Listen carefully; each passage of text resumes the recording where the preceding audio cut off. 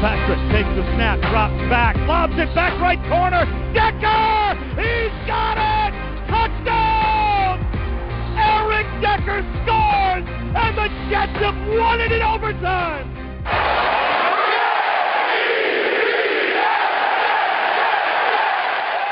This is the Jet Take with Ben Blessington and Kyle Fahey.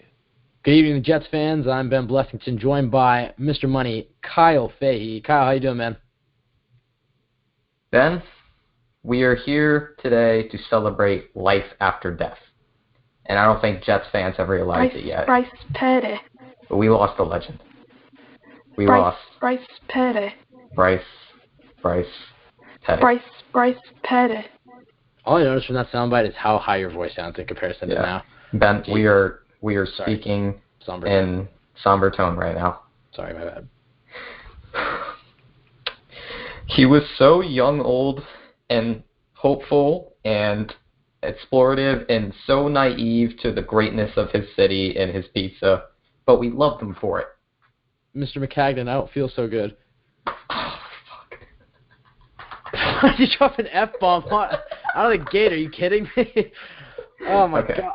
I don't want to have to put the expletive. Oh, Jesus. Yeah, I noticed that you actually started putting that in. But anyway, we lost Bryce Petty. Bryce Petty was cut.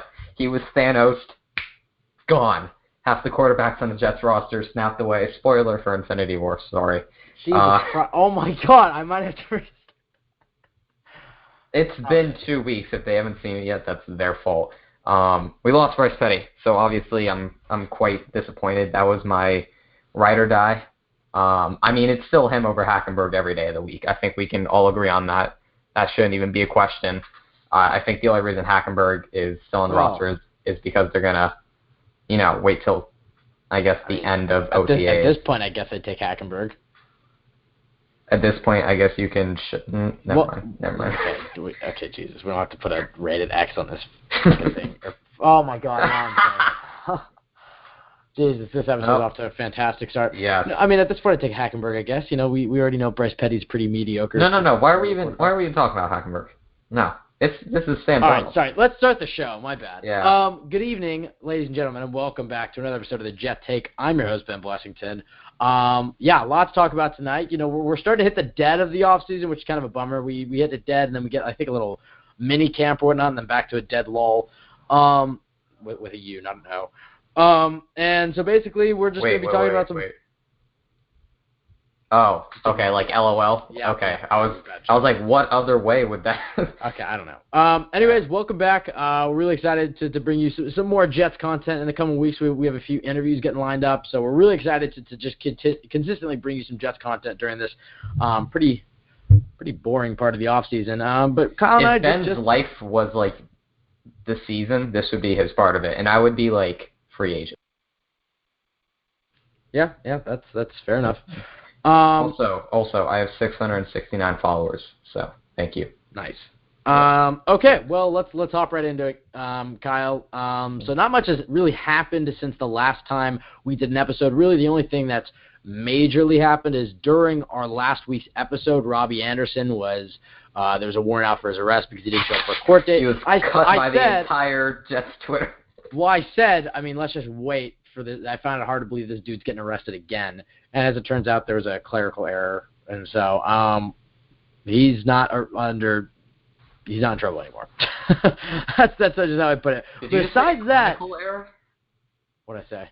You said a clinical error. No, clerical. Wait, shoot, what did I say? Hold on. Clerical. Yeah, it would be clerical. Yeah, clerical. Okay. I thought you said clinical. No. All right. The show's just off to such a hot start. Yeah. All right. We're really crushing it. And outside of that, there's just a few notable quotes or whatnot and other things that have happened. But besides that, nothing really has happened in the What we're saying is you guys are going to get 30 minutes at most out of No, okay, no. Kyle and I are going to hammer this one out. Well, let's start. We started talking about Well, I guess we opened it up with Christian Hackenberg. Might as well use him as a segue. Kyle, speaking of Thanos and half the quarterbacks in the Jets roster, I was wondering what you think about Christian Hackenberg's future. And based off your precursor to this conversation, I'm going to guess he's not making the roster, but I'll phrase it in a different light for you. Could you see a scenario where the Jets keep Hackenberg over Bridgewater, whether that be they trade Bridgewater or Bridgewater's not healthy and they cut him, or they like to have Hackenberg because they like how he's developed in the offseason. Could you see a scenario where Hack makes it over Bridgewater as quarterback 3? Do you want the football analyst? Wow. Okay, let's restart that. Do you want the football analysis take, or do you want the Kyle being sarcastic and giving you a funny answer, which gives us downloads take? I'll take the analytical take. Okay, you're getting the sarcastic the analyst, one. I mean? No. Yeah. Then I'll take the sarcastic one. We're damn struggling.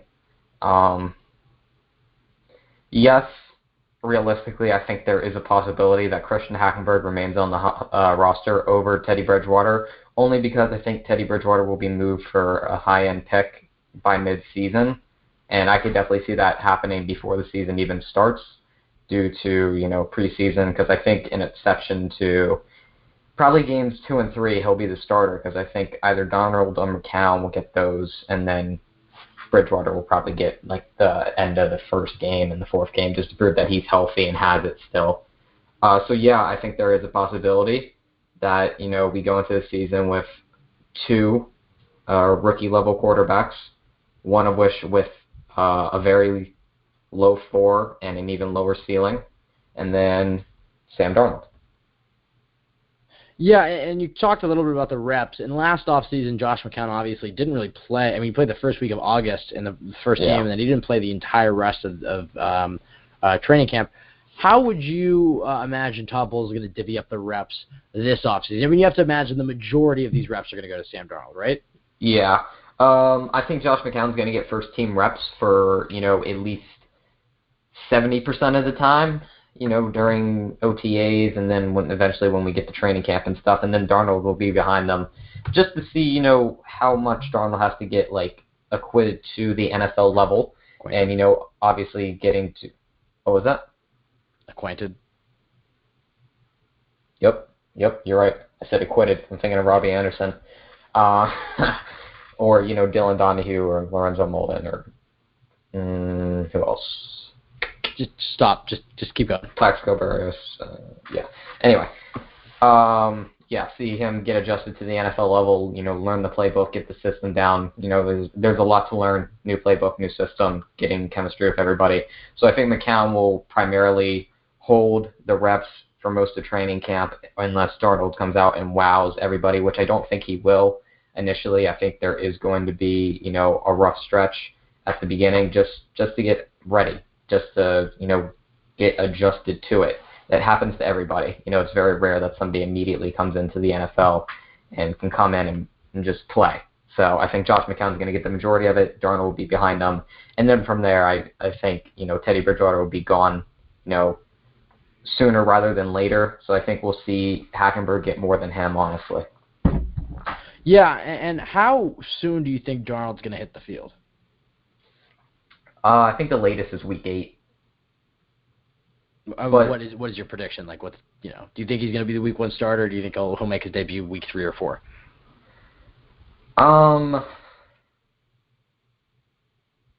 This is a hard question because I think Josh McCown will beat him out. Sam Darnold should beat Josh McCown out, but I think Josh McCown will win. Just because as a veteran, he's going to know more about the team, have better chemistry, and ultimately be more successful in training camp. And, there's a false narrative, as most people have pointed out right now, that Todd Bowles hates young players. That's not true. Todd Bowles starts the right person who needs to start. Jamal Adams and Marcus May were the best safeties on the team last year. I can make a case right now that Josh McCown and Teddy Bridgewater are significantly better than Sam Darnold currently is. Obviously pertains nothing to the future. But I think Todd Bowles is going to start the best player, and I think that's going to be Josh McCown, at least for the first couple of weeks. And, you look at the first part of our schedule, and I think our bye is week 10. Correct me if I'm wrong there, Ben. But I recall the first part of the season for us being fairly easy. So I wouldn't be shocked if we didn't see Sam Darnold till later in the year, because it's going to take us to start losing to have to take out Josh McCown.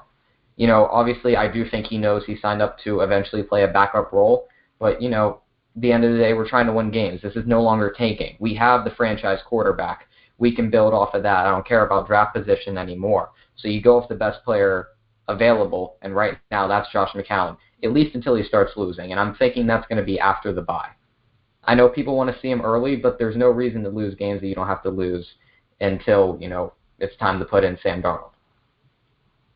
Yeah, I agree with you. I think that if I had to make a prediction, Kyle, and you seem like he's not going to start week 1, I think he's going to start week 1. I just have a feeling that he's going to come. I mean, look, I don't think he's going to beat him out. It's simple as that. I don't think he's going to beat out. I do, though, because I think right now, I think Sam Darnold's a better quarterback than Josh McCown. Josh McCown has a better, more experience and is, played a year in the system, or I guess it's a little different of a system now. It's a changed offensive coordinator, but he was here last year, has chemistry with the guys and whatnot, and he has, 45 years of experience in the NFL. But I think that Darnold coming in will be more impressive in training camp. Because think about it, last year you got the best version of Josh McCown. He was a mediocre to good quarterback for the Jets, and that's exactly what they needed last year. He was top 15. He was probably right around 15 to 17 is what I don't think he was top. I think he was literally middle of the pack quarterback. And honestly, that's a huge step up from what they got in Ryan Fitzpatrick in 2016, and I guess Bryce Petty as well at the end of both 2016 and 17.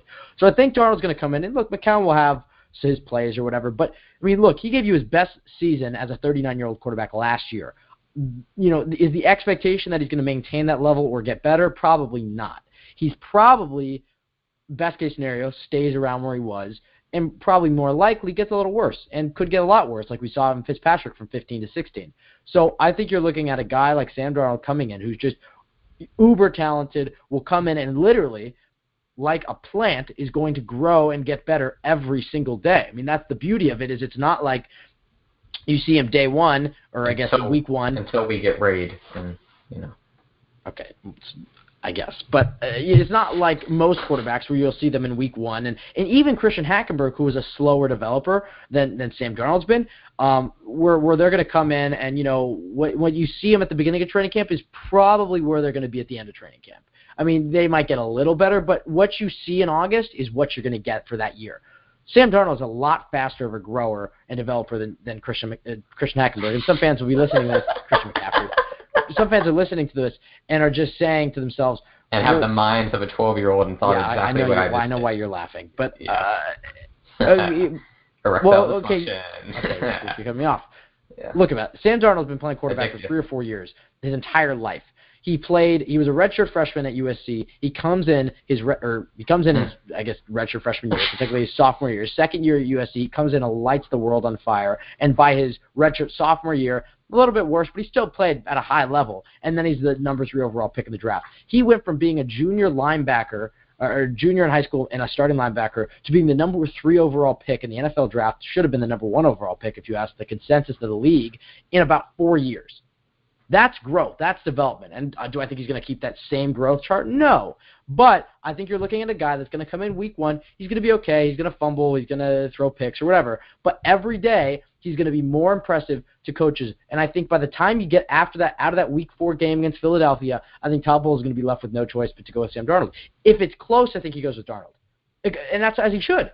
If it's even close, and that's why I think it'll be Darnold, because I think it will be close, is I think Josh McCown has a lead, but it's not like Josh McCown's Tom Brady. Josh McCown, as we said, 15 to 17 quarterback. Can Sam Darnold reach that by the end of summer? I think he can. I think he can at least be showing enough where it's like, okay, you know what? It's close. We're going to go with him. So you're saying that Sam Darnold is a grower, not a shower?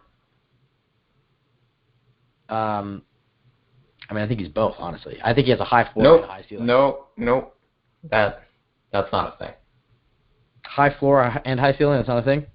Do you seriously not get the joke? I get the joke, but I'm trying to turn it into an actual football reference while you are trying to derail the show here. I guess we move forward. We talked a little bit about Teddy Bridgewater. Kyle, he's a bit of a wild card because there's a scenario where Teddy Bridgewater is the week 1 starter. There's a scenario where Teddy Bridgewater's cut. There's a scenario where Teddy Bridgewater's traded. There's a scenario where Teddy Bridgewater's the backup quarterback or the quarterback 3. Nobody really knows what's going to happen. It all depends on how healthy he is, how well he plays. I claim I know what happened. So yeah, okay, Dr. Strange. And it all depends on. There was only one way. One way out of 14 million or whatever. If you didn't watch the Avengers, then honestly, just stop listening to the show. No, I'm kidding. But nobody really knows what's gonna happen. He doesn't actually die. That's actually not a real spoiler. Captain America dies. Stop. Okay, well, he didn't die either. Okay, stop. Hulk dies. Anyway, stop. He doesn't die Thor either. dies. Stop. He doesn't die either. Scarlet. None of these people died. Okay, stop. Ben, you're creating more spoilers than I am. Well, okay, Jesus. Thanos dies. He doesn't die. Okay, anyways. Gamora dies. Kind of. Okay. No, she did. She did. No, she's not. Okay, anyways. Kyle, back to Teddy Bridgewater. How do you see his role playing out in 2018? Do you think he's on the roster? Do you think he's the starter? Do you think he's not on the roster? Did the Jets get any sort of value back for him? I know you tweeted out, what could the Jets get for him? Just your overall synopsis. I had to step up Teddy on Twitter. Bridgewater and his impact on the Jets in 2018. Yeah, I didn't get a thank you for that tweet, by the way. So, congratulations. Thank you, Kyle, for your one tweet. Thank you. You're very welcome, Ben. It's good to see that somebody can step up when people need it to. What was the question? Oh my God! Great job stepping up. How do you see Teddy Bridgewater impacting 2018? A solid draft pick gets added to our repertoire. What type of draft? I mean, are you seeing a fifth round, a sixth round, seventh, a fourth round pick? Yeah.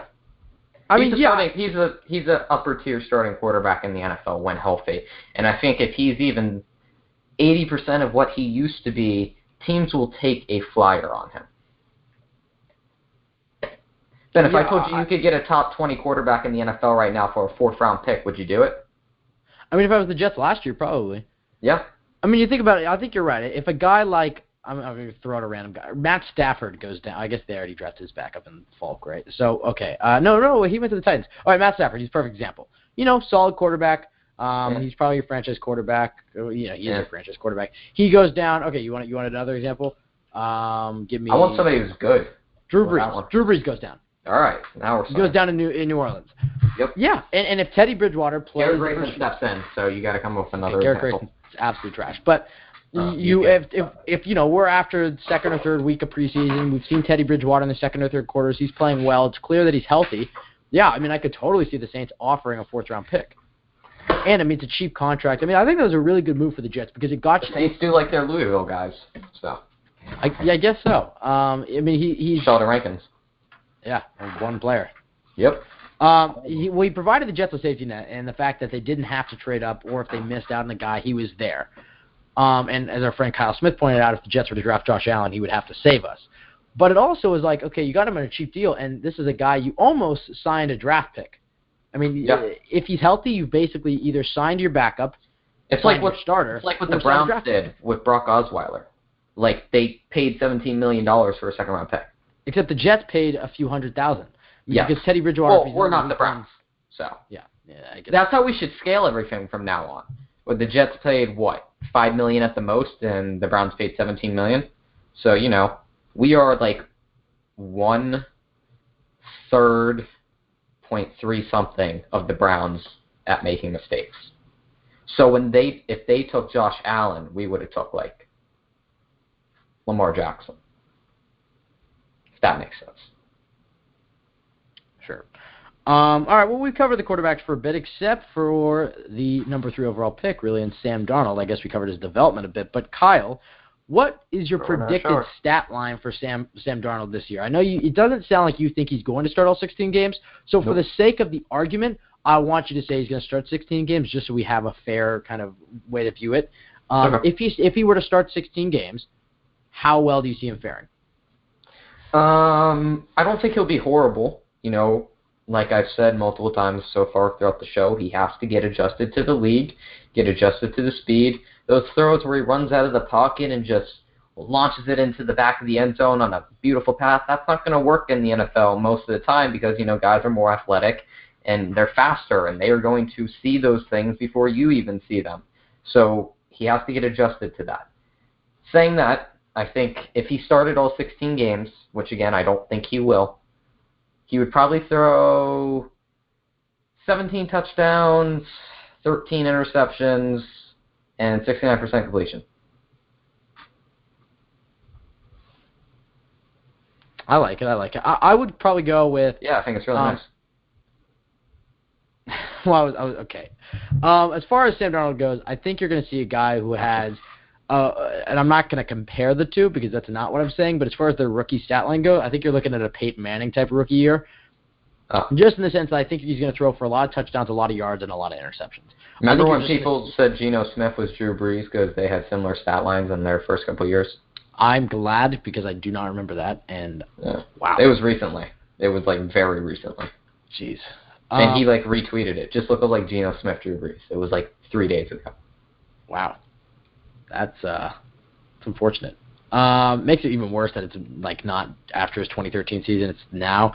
Now, as far as Sam Darnold goes, I think you're looking at a guy who gets around 29 touchdowns, 27 interceptions.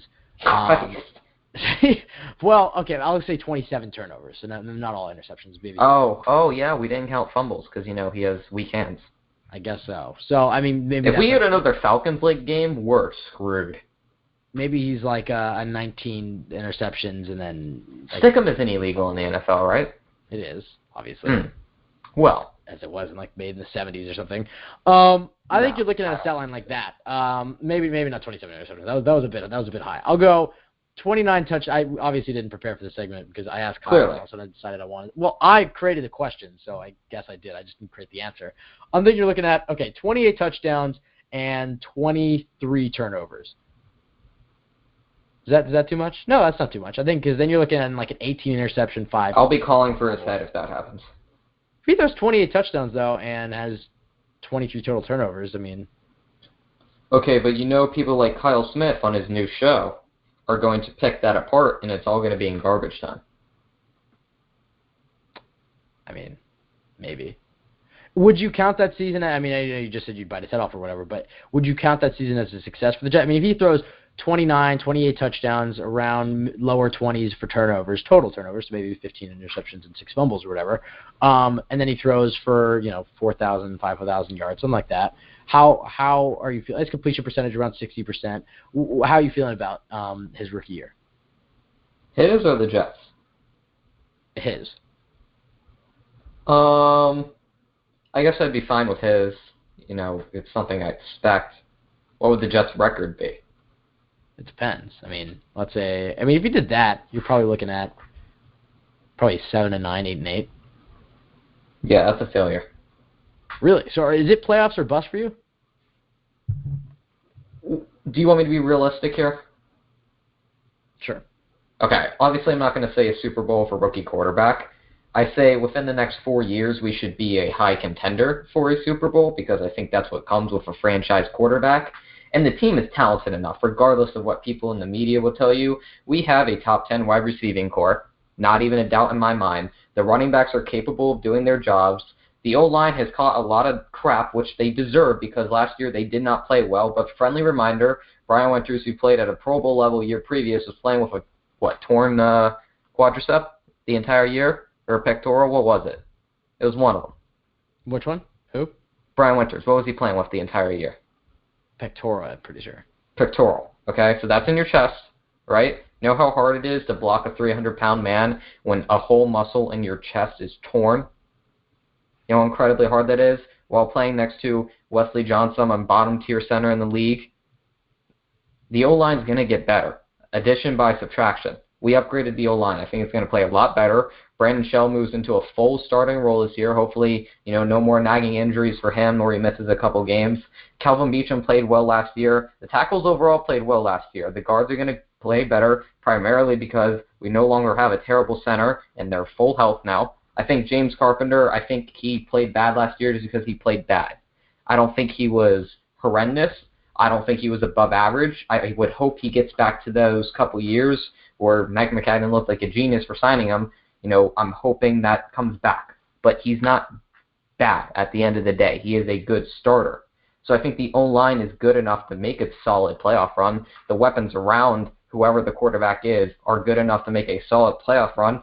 The secondary is probably going to end up being top 3 in the league. I think when it's all said and done, the safeties are most likely going to take another step. I think Tremaine Johnson continues to impress, all the film guys, impress coverage, going to fit in the bowl system really well. A lesser role for Buster Screen equals a better Buster Screen, assuming that he makes it out of training camp. And Morris Claiborne is a solid number 1 when healthy. Imagine what he can do as a number 2, shutting down the scrubs like Mohamed Sanu and guys at that level, just as nothing against Mohamed Sanu, but, just throwing a name out there as a number 2. The D-line, adding new players, younger new players to the rotation, no longer have a slacker or Muhammad Wilkerson. And then linebackers as a whole have gotten better with Avery Williamson, Kevin Minter, Darren Lee making another step this year. Obviously, he's been putting in a lot of work, and just pure depth that we added there. The defense as a whole has gotten substantially better, and I can make a case that it was top 15 last year. Say what you want about statistics. The defense wasn't horrible last year. It could win us games. It didn't get us a lot of turnovers, but it didn't cost us a lot of games, and it got better. Yeah, so I would argue that last year's defense might be the best defense than that Bulls had. Yeah. Oh, 100%. I agree with that. And arguably, it's the worst talent. No. Strong disagree with that. I think it's probably had the best talent. It just shows you the impact that the two safeties had. Yeah. But, as far as they play, that shows you how much of a role they have in Todd Bowles' defense. Calvin Pryor and Marcus Williams were. Yeah. Or not Marcus Williams. Marcus Gilchrist.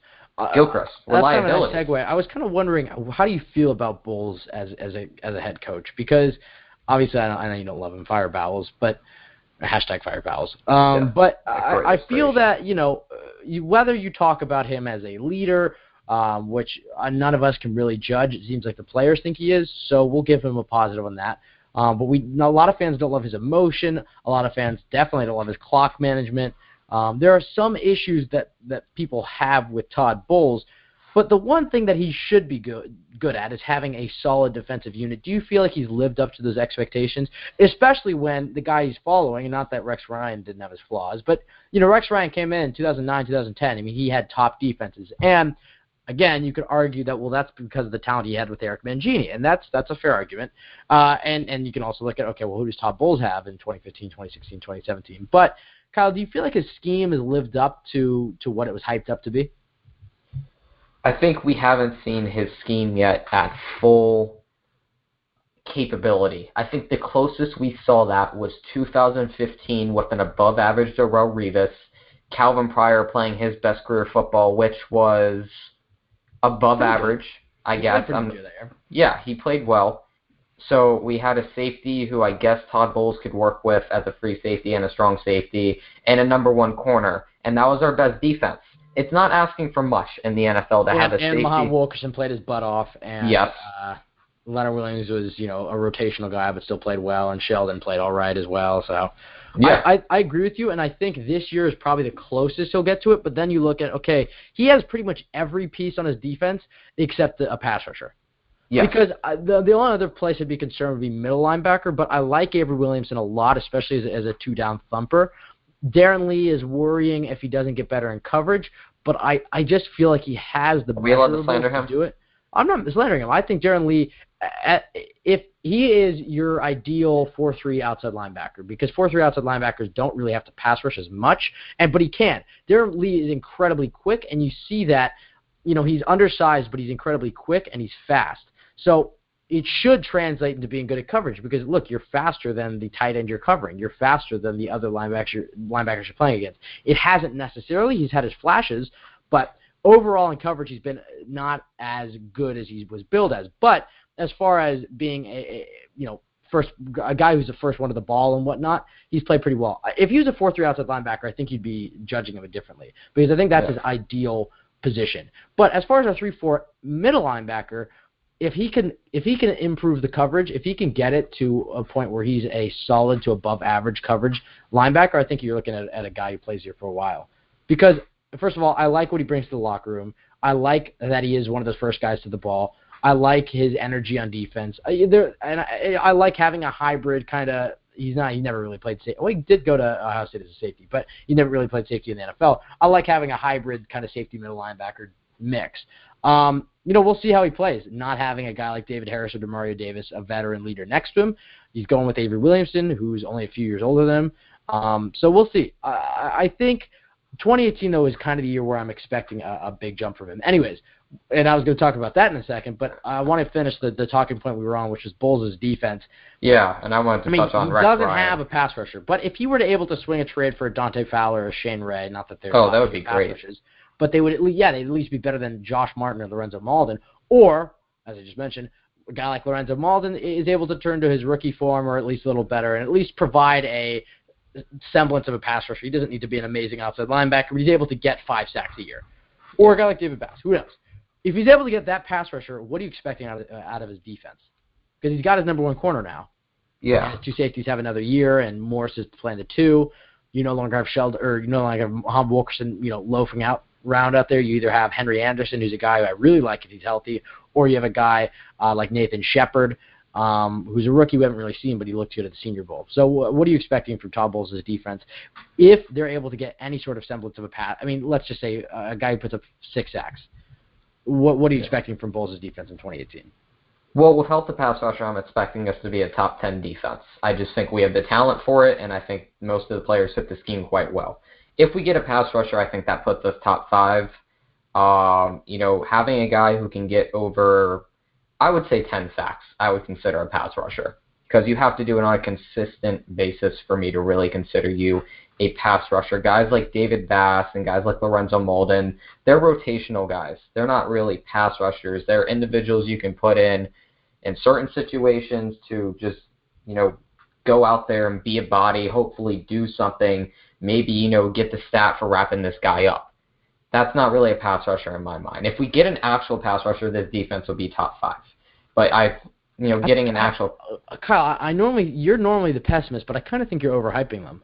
Because, and look, I think you're right. They didn't get any help from the offense last year. I mean, they got the help at times. But for the most part, the defense was getting thrown back. I mean, you look at that Atlanta game where they were just getting thrown back out there. There were a few games like they were getting ragdolled. Well, it was really just they would go out there, they'd have a long drive, but they make the stop, then 3 and out for the offense, and they're back out there. And that would happen. That happened quite a bit. And, that's what happens to the defense in some games.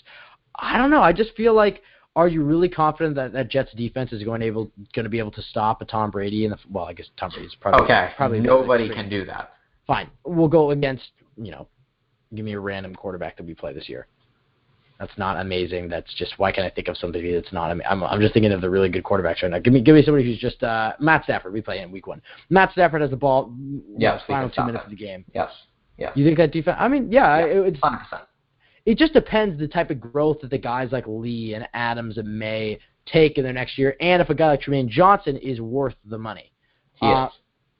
Yeah, and just kind of continue on the name point. 5 corners better than Tremaine Johnson right now. I'm a little bit brain dead right now. Chris Harris Jr. Yes. I know there's 5 quarterbacks better than him. I have to think though. Chris Harris Jr. Oh God. I can't think of any corners right now. Why am I absolutely brain dead right now? Casey Hayward. Patrick Peterson. Nope, not anymore. Pat Pete, really? Not giving Pat Pete over? I'd rather. He's on the decline. He is still a top-tier corner, but I would say Tremaine Johnson right now. I would take Tremaine Johnson over him. A.J. Boye, Jalen Ramsey. Yep. Richard Sherman. Nope. Richard Sherman's not. Marcus Peters. Marshawn Lattimore. Marcus Peters, he's good. He's really good. Tre'Davious White had a really good year last year for the Bills. Hasn't really proven it. You have to give me. I'll say this. Okay, 5 guys who I would take over Tremaine Johnson. I would still take Patrick Peterson. I would take Jalen Ramsey, obviously. I'd take Marshawn Lattimore. I'd take Marcus Peters. I'd take Chris Harris, and I'd take A.J. Boye. That's 6. Okay. That's 6 guys I would take over him. So that and 2 of them are on the same team. That's 7, and I didn't really think about that long, so I might be able to come up with some more if I actually sat down and think about it. But off the top of my head, I have him probably at around 7th. I mean, that's. Is there anybody else? No, it's probably around 7. That's a good point. Yeah, no, he's the number 1 quarter. But Kyle, let's not act like there hasn't been times where a top free agent who was playing at the height of his career goes to a different team and doesn't play well. I mean, it happens before. Anyways, I wanted to ask you. Let's go through a few players, then we'll get Scott on the line. I know he has an announcement he wants to make for Play Like a Jet, so that's coming up in about 10 minutes. Is he pregnant? possibly. We'll see. He could be perfect. Okay. I mean, Darius Slay. I forgot it's Darius Slay. Jimmy Smith. Oh, get the hell out of here, Jimmy Smith. Jimmy Smith is ranked number 2 for Bleacher Report. That's what I'm looking at right now. Bleacher Report. We already said him. Are we really sucking Bleacher Report right now? Rhodes. Oh yeah. Also, I was like, Rhodes. who did I forget about? Kyle Fuller. I was trying to think of who I forgot about, so I just looked up best. Kyle Fuller, no. That's about it. Okay, let's. And Xavier Rhodes, yeah, definitely. Xavier Rhodes is top 5. He had a really good year last year. Anyways, yeah. I wanted to go through a few players on the Jets that, look, I think one of the things McCagnon doesn't get enough credit for is he's rebuilt the core of this team. And I think that's true. I mean, I think he's done it. He's missed on some things and whatnot, but he has a nice core that he's built here. And we'll ignore Sam Darnold because Sam Darnold's obviously part of the core for the future. But you have your Jamal Adams, you have your Leonard Williams, you have your Marcus Mays, Robbie Anderson, Quincy Enunwa, Jordan Jenkins, Brian Winters, Brandon Shell, stuff like you have a nice young nucleus that you're going to look to build on, especially this next offseason when the Jets have monopoly money again and your franchise quarterback. They're going to go and supplement the rest of the roster. They're going to build the offensive lineup. They're going to go get pass rushing help. They're going to up the receiver games. They have a nice core overall. And some guys who might be able to work into that core. Maybe Chris Herndon becomes a pretty nice tight end. And I think you are. I'm a big fan of him. Maybe Elijah McGuire, carves himself out a Deion Lewis type role in the team where he's just a really nice third down back and block and catch well. Anyways, let's go through some of these blue chip players in the team. And I'll use blue chip as far as, in comparison to the rest of the NFL, they're probably not blue chip, but on the team, some blue chip players and what they have to do in this season to really solidify themselves and make the team better. So we'll start with Jamal Adams, who came in last year and had a good year. He's probably blue chip in the NFL, but there's not many on the Jets. So I'm prefacing that because I'm going to get to some guys after Jamal Adams like Quincy Enunwa who probably wouldn't be looked at as blue chip for the rest of the NFL. But we'll start with Jamal Adams, who had a pretty good rookie year. Probably what you expected. I mean, he didn't have the interceptions, which I guess you can knock him down for, but that really wasn't what he was doing. And as he pointed out, Troy Polamalu didn't have any interceptions in his first year. Jamal Adams' impact was felt as we talked about Darren Lee, this goes to Jamal Adams to more of an effect. Literally every single play Jamal Adams was involved in. Any sort of running play, I felt like I always just saw number 33 flying across the screen. He had a really good year as far as that goes. He obviously changed. I don't want to give him credit for changing the culture. It wasn't all him. But he at least made the Jets cool again. Put that in the hat.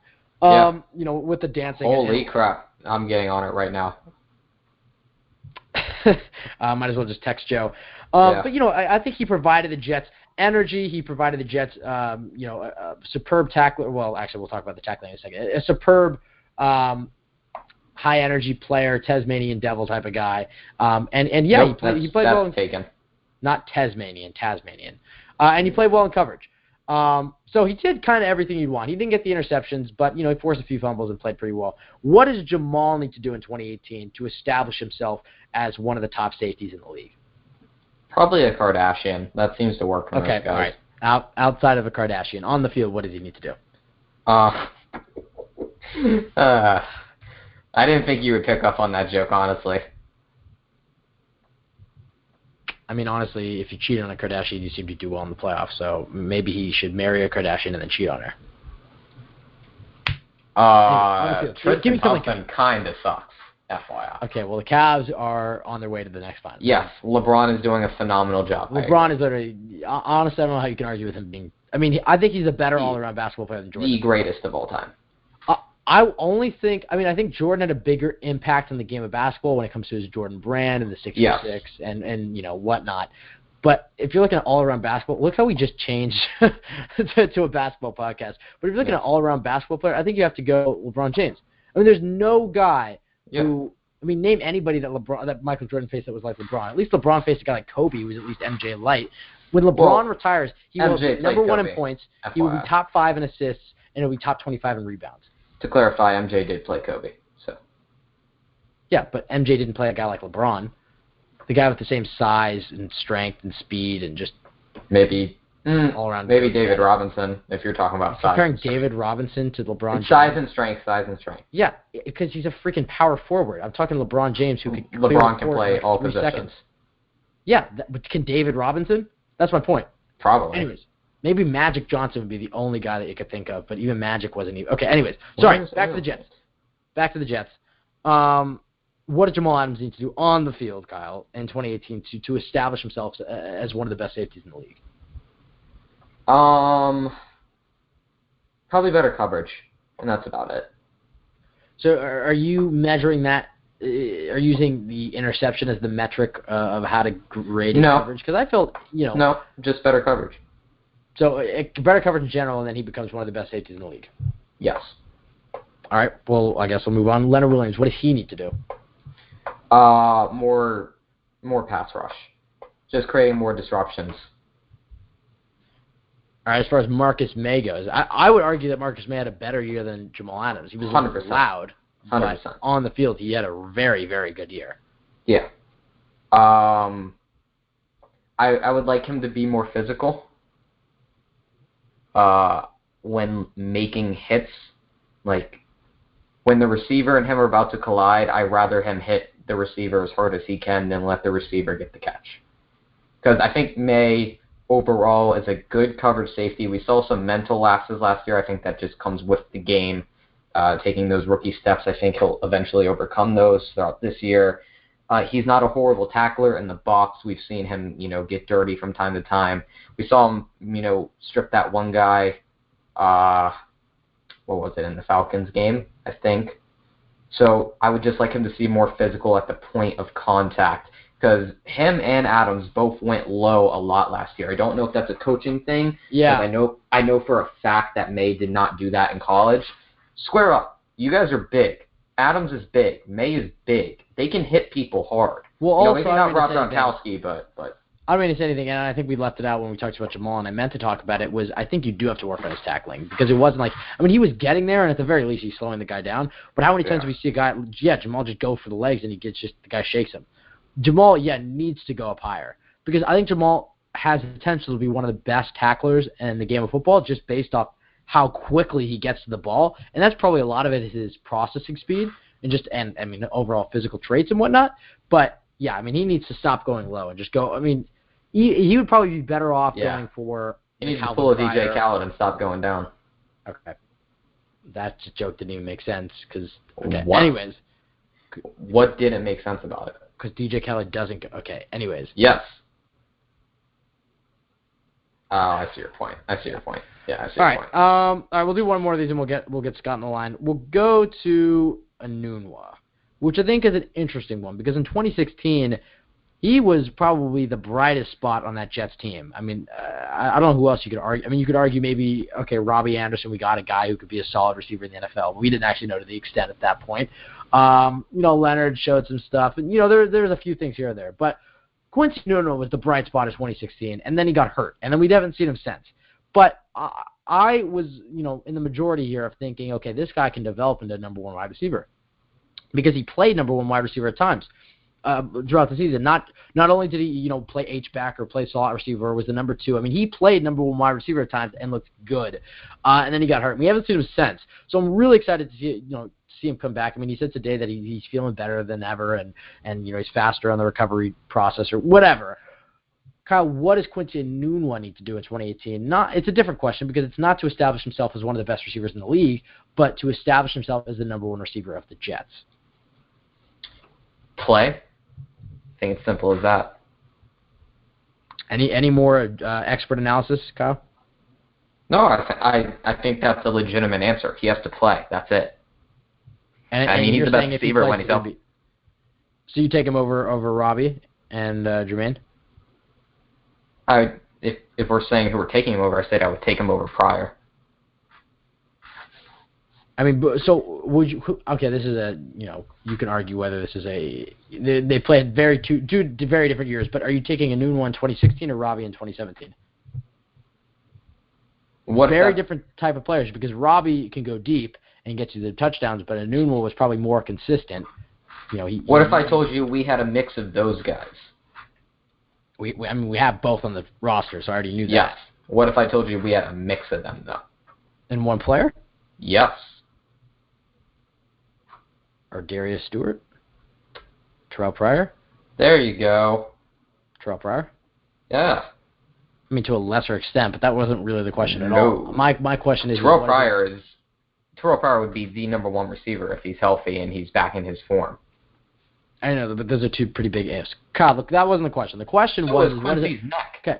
Okay, the question was, what does Enunwa need to do? I think saying play was a bit of a cop-out. I want to know on the field, what does he need to do to establish himself as a You're calling my bluff. Yeah, you have an answer, so you're just saying play. I mean, it's fine if you don't have an answer, but is there anything he needs to be working on? No, he's a solid route runner. He's a good blocker. I mean, he can sell most routes pretty well. He's faster than most guys. His catching's been better than it was in his rookie year. I mean, he has most things that receivers need to have down pat, and he's pretty damn good at them. He needs to be on the field to be the Jets' number 1 wide receiver. It's simple as that. He would have been last year. I don't think anything really changes. I think that's the number one thing I probably am excited for this year is to see Robbie and Enunwa back. And I don't want to jinx it, and Robbie will probably be out for a game or 2 or maybe 4, but when we get to see that duo on the field, it's going to be great because then you have Enunwa, you have Robbie, 2 guys under 25 years old that are very good receivers in completely different ways. And then you have a guy like Jermaine Kearse, which is the ultimate safety blanket slot receiver. I love having Jermaine Kearse in the team. You have a guy like Terrell Pryor, which was a pretty just boomer bust pick, but it does a low risk high reward type of signing because you're either getting 2016 Pryor, who was a number 1 receiver and one of the best receivers in the league that year, or you're getting 2017 Pryor, who was at the very least, is a very good number 4 receiver. I mean, because he was a starter for Washington last year. So at the very least, your number 4 receiver is a guy who can start and put up a few touchdowns every year. And behind that, then you have some young guys and whatnot. So I'm really excited about this receiving core, and I think the receiving core doesn't get enough respect. But yeah, as far as Enunwa goes, I think you're right. I don't think he's one of those things where he's good at pretty much everything. Now it's time for him to get great at everything. And I think he needs to I mean, he uses his size well. As you said, I think that's probably the most underrated thing is he's a very good blocker. Is he a grower or a shower? I don't even just please stop with that question. He's definitely a grower, right? Like makes me as a player? I guess, sure. Okay. I mean, he's a 6th-round pick. Yeah, so he's definitely a grower. I just thought about that. That 2014 class is so good as for so good. Yeah. Unbelievable. I mean, like 15 guys that are starting receivers in this league, including Enunwa. It's unbelievable. Anyways, let's go ahead and get Scott Mason on the line. We'll talk with him about some of these topics. He'll give his announcement, and we'll get off the airwaves. So Scott Mason from the Play Like a Jet. He has to give his plugs too. But Scott Mason from the Play Like a Jet podcast. How you doing, man? Ben's like, yeah, he's got to give his plugs too. It takes 12 minutes, Scott. I mean, come on. Look, I'll try to keep it within 10 minutes this week. So. Anyways, Scott Mason, Kyle, welcome to the show. How you doing? Thank you, Ben. It's good to be on with you boys. I was just listening to you guys for a bit talking about the wide receiver situation, and it's definitely an interesting group. Let's say that, an interesting group of receivers they have. Yeah, I wanted to ask you, besides, I mean, obviously everybody's most excited to see Sam Darnold play in 2018, but besides your rookie quarterback, sure, what are you most excited to see in 2018? Is it that wide receiver group, that duo returning of Anderson and Enunwa? Is there something else that you're very excited to see for this team? Man, it's weird. I am excited to see that wide receiving core, but I know this is going to be a weird answer, but I'm kind of excited to watch Tremaine Johnson only because I feel like the cornerback play on this team has been so bad for so long, with the exception of a handful of games that Revis played in 2015, that I really like the idea of having a guy that's probably, I know you were debating it before what number he is, and to be honest, I'd have to really sit down, take a deep look at the rosters and figure out what number I would think he would be. But to have a guy that's in that top 10 range, some of that top 10 to 12 range as a corner, is going to be it's going to be interesting to watch how Bowles is able to run his defense that way, because we know that Bowles is kind of like Rex in the sense that he's fine with manufacturing pass rushes, and in order to be able to do that, you have to have a guy that can really lock down his man. And Claiborne's okay, but he's really more suited, if he stays healthy, to being a number 2 cornerback. He's not a guy that can really stick with the cream of the crop, and we kind of saw that last year as the schedule got tougher, he fell off. So I think that if he's being asked to cover number 2 guys, it'll go a lot better. But if Tremaine Johnson, who very rarely got burned, and that's one thing that Joe Blewett's film review really turned up. I mean, obviously I watched a good amount of Tremaine Johnson, but I didn't watch a ton because... Can we wait on the plugs? This is our show. Kyle, that worked pretty well, Kyle. I mean, that was not a. Kyle, that wasn't just. You didn't go out of his way for that one. That was pretty dead on. I mean, I agree with that. That's just called promotion, man. But it's also true because in that film review, guys, I'm sure you saw it too.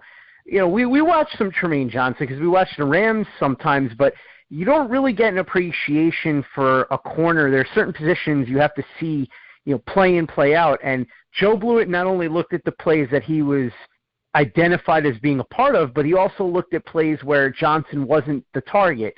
And he very rarely got beat deep. I think only 2 or 3 times the whole season. And I don't know exactly how many times he actually got beat for a reception. I'm just saying beat on a route. And that's impressive, man. And it's something that he's a great fit in that defense. And if he can hold up his end, and I'm not saying he's going to be Darrelle Revis or anything like that, but if he can be that top 10 corner who can really go a long way towards taking the opposing team's best receiver out most weeks, it'll be interesting to see if that opens up opportunities. I know you mentioned Darren Lee. He's fast, and maybe they start to use him a little bit more at outside backer because he's undersized, and maybe they can deploy him with some speed rushes and stuff and get some pressure that way. Maybe Josh Martin gets some extra sacks, some pressures and sacks. We could see Jenkins even step it up a little bit more. So I'm very curious to see. I'm excited to watch how Tremaine Johnson being back there and Bowles being able to deploy him in different ways, how that plays out throughout the season and the impact that has on the other players on the defense. Yeah, I agree. I think Tremaine Johnson's pretty much is a very good answer. I mean, yeah, Sam Darnold's obviously the easy answer, but yeah, I think outside of that, I would personally say Quincy and Robbie because I kind of hinted at that before with the way I phrased the question. But as far as defensively, yeah, it will be how does a number one corner impact your defense? Because as Kyle and I were going through, and whether you disagree on the order or whatnot, Tremaine Johnson is around or is in the top 10 as far as corners go in this league. And so if you bring a guy like that and add it to a defense, and as you mentioned, I mean, how many times has a Jets corner been beat? I mean, you have to wonder if Bulls had good corners. I mean, how would he be doing? He has 2 very solid safeties. He has, some meat up front. He's got now he has a number one corner.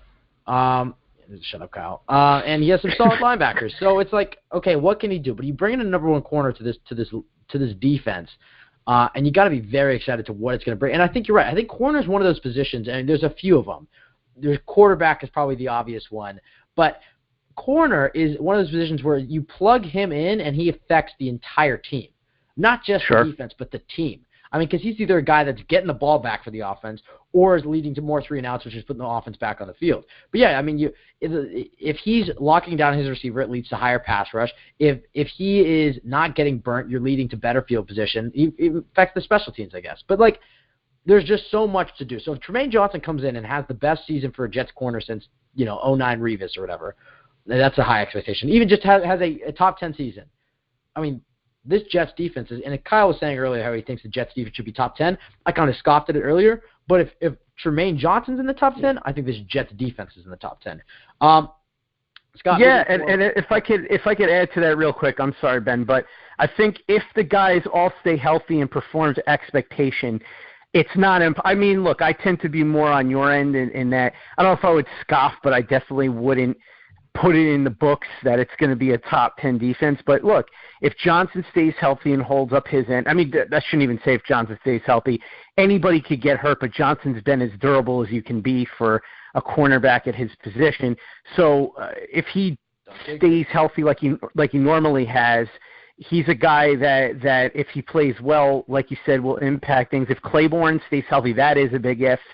If Adams and May continue to take a step forward, if they can get a little bit more out of guys like Martin and Jenkins and so on and so forth, if they can find creative ways to deploy Lee, if Shepard comes in and is able to plug up a hole right away, Kyle, don't even start.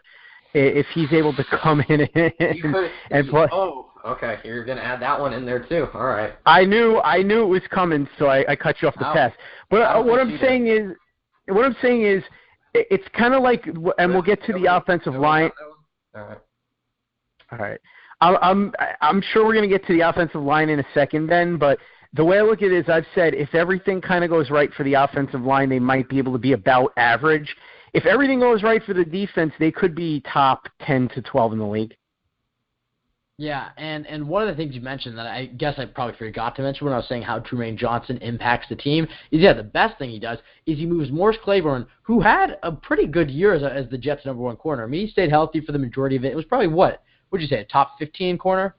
Top 20 corner? There's two starters, so I guess top 20 corner? He had some rough games there, and he really, that second half of the year, he kind of fell off a cliff. Yeah, I think when he started to get hurt more, I think you could say that, but at least up until, let's say, week 8 or whatever, I guess, right down the middle, I think he was playing at a very high level. I mean, I remember thinking during that Browns game that Morris Claiborne might have been McCagnon's best signing to that point. Yeah, especially considering how little he paid him. Yeah, exactly. So they bring him back, and you can slide him to number 2 now, where he's matching up against guys, Kyle said Mohamed Sanu, but he's matching up against, right. Hogan, he's matching up against lower guys. And he was playing well against the ones. So now you move a guy who's playing well against the ones, put him against the 2, he should be playing really well. So I'm excited to see that. But sticking with the cornerback position, the pick of Perry Nickerson is really interesting to me because he was a guy that I was really interested in coming out of the draft. And, not many times did the Jets draft a guy in the 6th round that I've heard of and watched and, wanted the Jets to get. But part of that was because I didn't think Perry would be there in the 6th. I thought he was probably around 4 corner. Bowles is, typical corner, but he runs 4.3 speed. He had good ball skills. PFF gave him an 85.1, grade. He doesn't get burned. Right. I mean, he seems like a home run prospect. I mean, probably level of competition. There's some other concerns there, undersized and whatnot.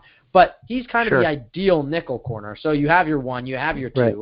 If Perry Nickerson slides in and is able to play, honestly, just anything better than Buster Screen. If he's able to give you his first year as a 6th-round pick, if he's able to give you anything that's just solid, let's say Buster Screen in one of his better games. I mean, Buster a few games. He had a few stretches there where he actually played pretty well. But if Perry's able to play at a pretty solid level, I mean, imagine what that does for the defense because now your entire secondary is a lockdown. Not only is your 1, not only is your 2.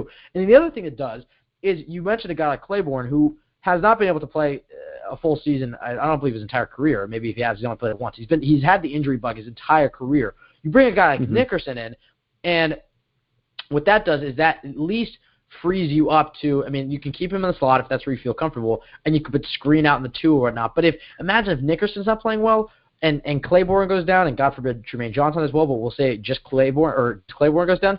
You have Screen sliding to the 2. Let's say Nickerson has a almost like a redshirt year, kind of a Derek Jones type year.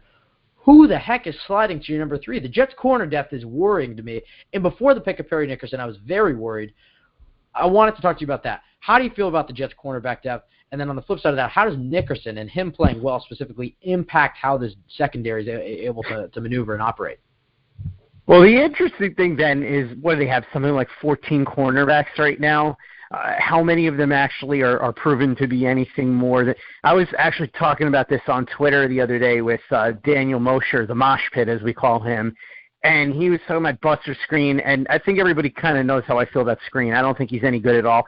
He can tackle and blitz pretty well for a corner, which is fine, but he has terrible ball skills. He's always getting called for penalties. Like you said, Ben, he'll have some stretches where he'll play okay for a couple of games, but for the most part, I just think he's terrible, and it's funny because so many people in Cleveland just laughed when the Jets made a big splash signing him, and our buddy Jeff Lloyd is over there, so I talked to a lot of Browns fans, and they still don't understand what the Jets are doing. But I think the depth beyond the top 2 guys is thin, as you were saying, Ben, because I like Nickerson too.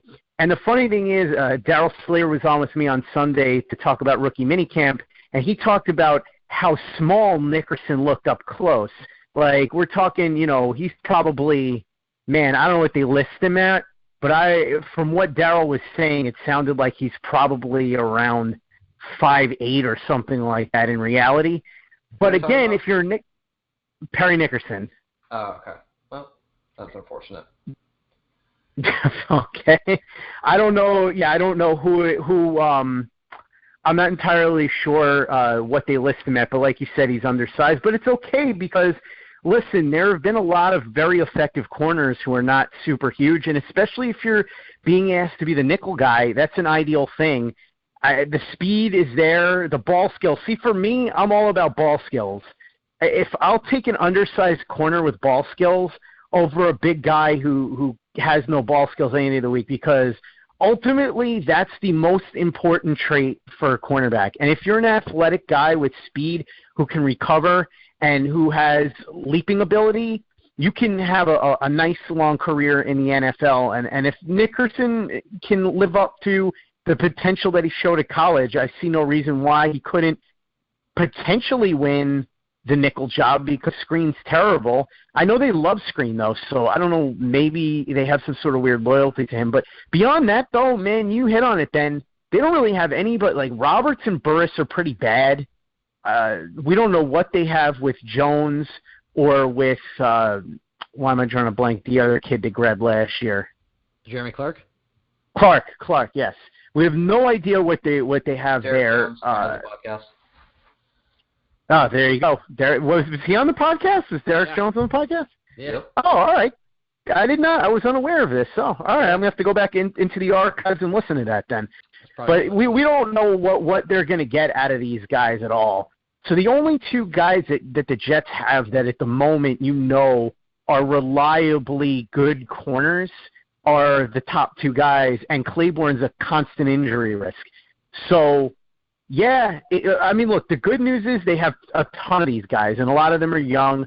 So the hope is that, if one or two of them can even be decent, then you're going to be okay.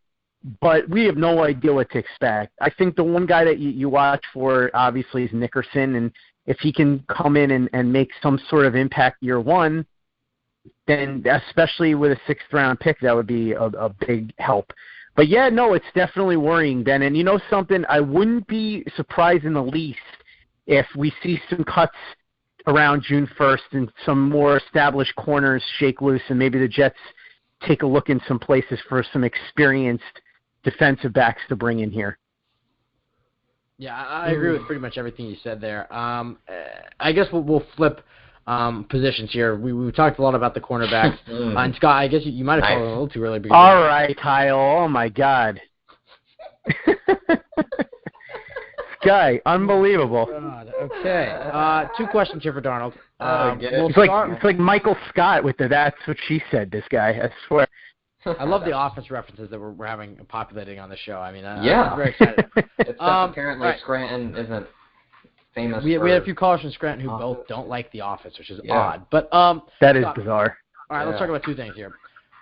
Okay. Double question. First, and they're both about Sam Darnold. First, when do you think Sam Darnold hits the field in the regular season?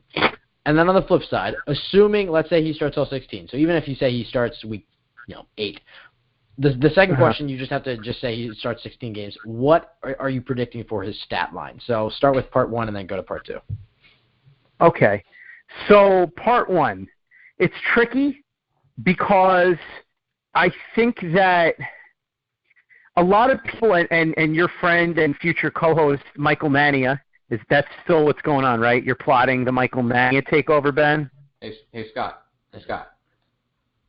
I love you. Kyle, how you feeling, man? Scott, I love you. Kyle, how you feeling, man? Scott, I love you. I'm gonna snap my finger soon. Just see what happens. All right, Scott, continue with your answer. Yeah, Kyle, Spider-Man. So. Kyle knows I'm just playing. Kyle knows I'm just playing around. But yeah, no. So Nania was the first one. Knows that the show wouldn't be good with him and another stick. So. Hey, listen, Mike and the Mad Dog worked all those years because their personalities were different, right? Call me a stick? No, I called. Well, yeah, I called both of you a stick. So you mean a square? No. You're not. Wow, that's stick up ass or square, but it's not. Okay. Anyways, sorry, Scott. Go. Either way, but keep it away. All right. Either way, Michael Mania pointed out a couple days ago that Bowles has this reputation.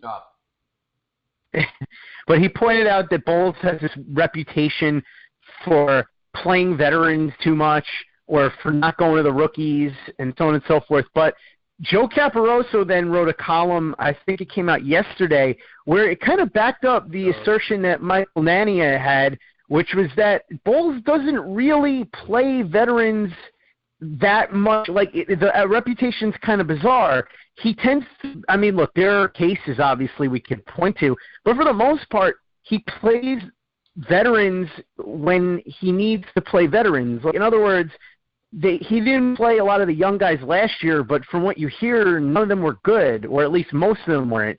Hackenberg, I mean, what was he going to do? Play Christian Hackenberg? You know, that kind of thing. So it's interesting. It's an interesting thought with Darnold.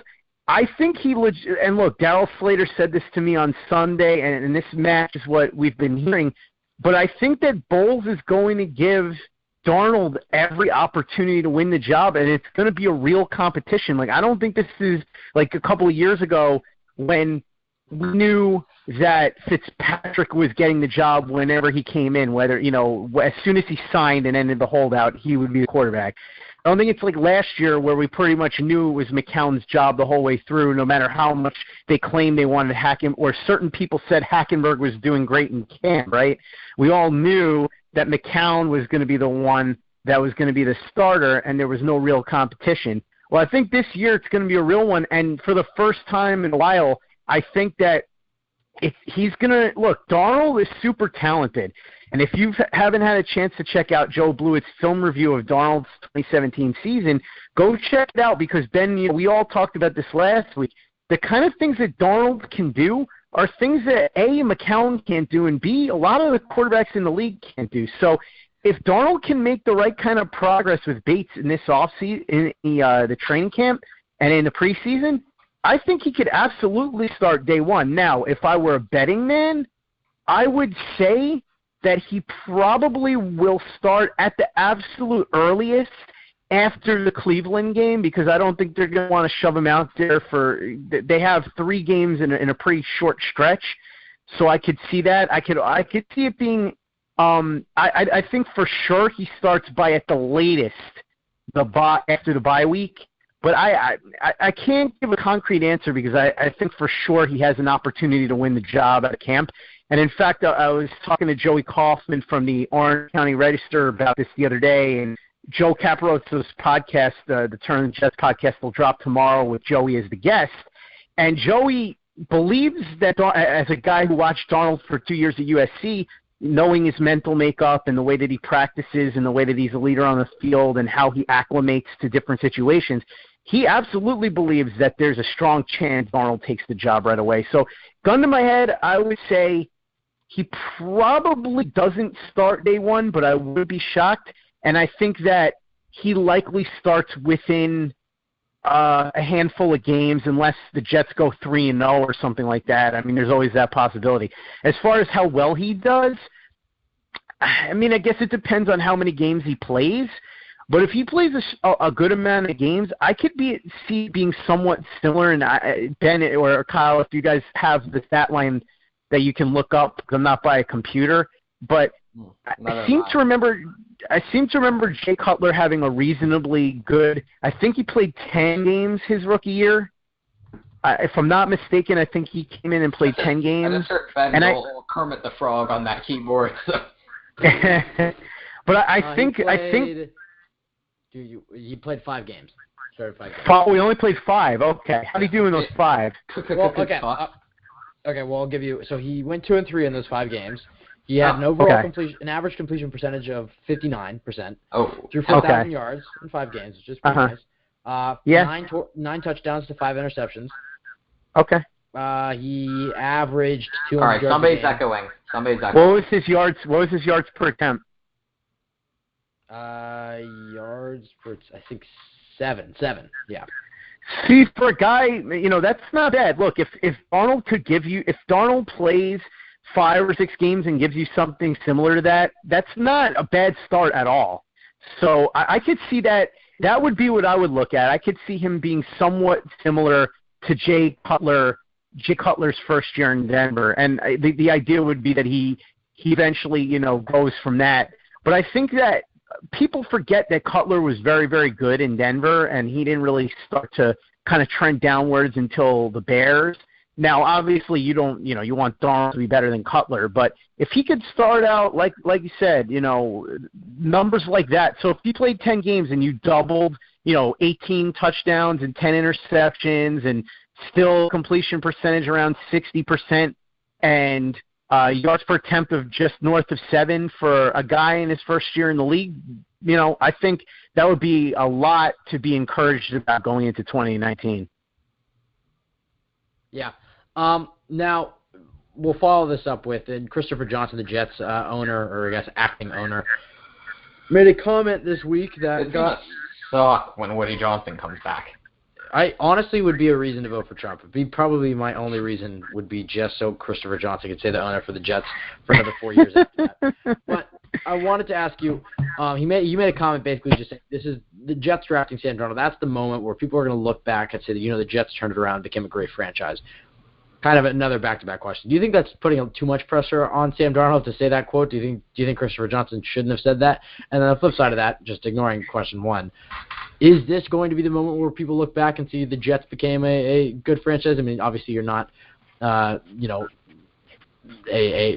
can't. What's the why can't I think of it? I'm not Nostradamus. Yeah. I couldn't think. I was like Nostradamus. I didn't want to mess it up. And you can't predict how Sam Darnold's career is going to be but sure. I want to get a prediction from you, man. We have nothing to talk about. It's May. So I want you to first say, should he be saying that? It's going to be May. That's going to be right. Run away right now. Yeah. Okay, Kyle. All right. Thanks, Kyle. So anyway, yeah, as far as what he said, look, I guess there's something to be. All right. I guess there's something to be said for not saying that and maybe putting too much pressure on the kid. But I will say this. If there's anybody that was in this draft that I feel like can handle that, it would be Darnold, because from everything that I've heard from people who have been around him, like I mentioned, Joey Kaufman, it's funny, when I had him on the Getting to Know the Quarterbacks podcast about Darnold, afterwards we talked for probably an hour after, and he was just telling me different things about Darnold, and actually Josh Rosen too, who he had covered when he covered UCLA. But from everything Joey Kaufman told me, it really sounds like Sam Darnold is just, he's very Eli Manning-like, nothing phases him. If he throws 5 interceptions, it rolls off his back.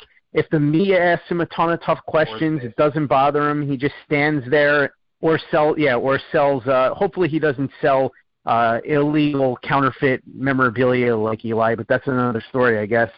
But no, it just sounds like if anybody could handle that, it would be Darnold, because he's such a cool customer. You could say that maybe Johnson shouldn't have said it, but I think he's really excited. Everybody's really excited.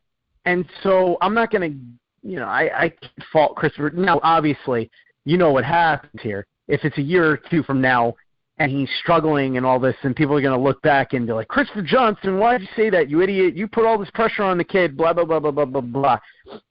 And then as far as if this ends up being the day that changes the franchise, I mean, it could.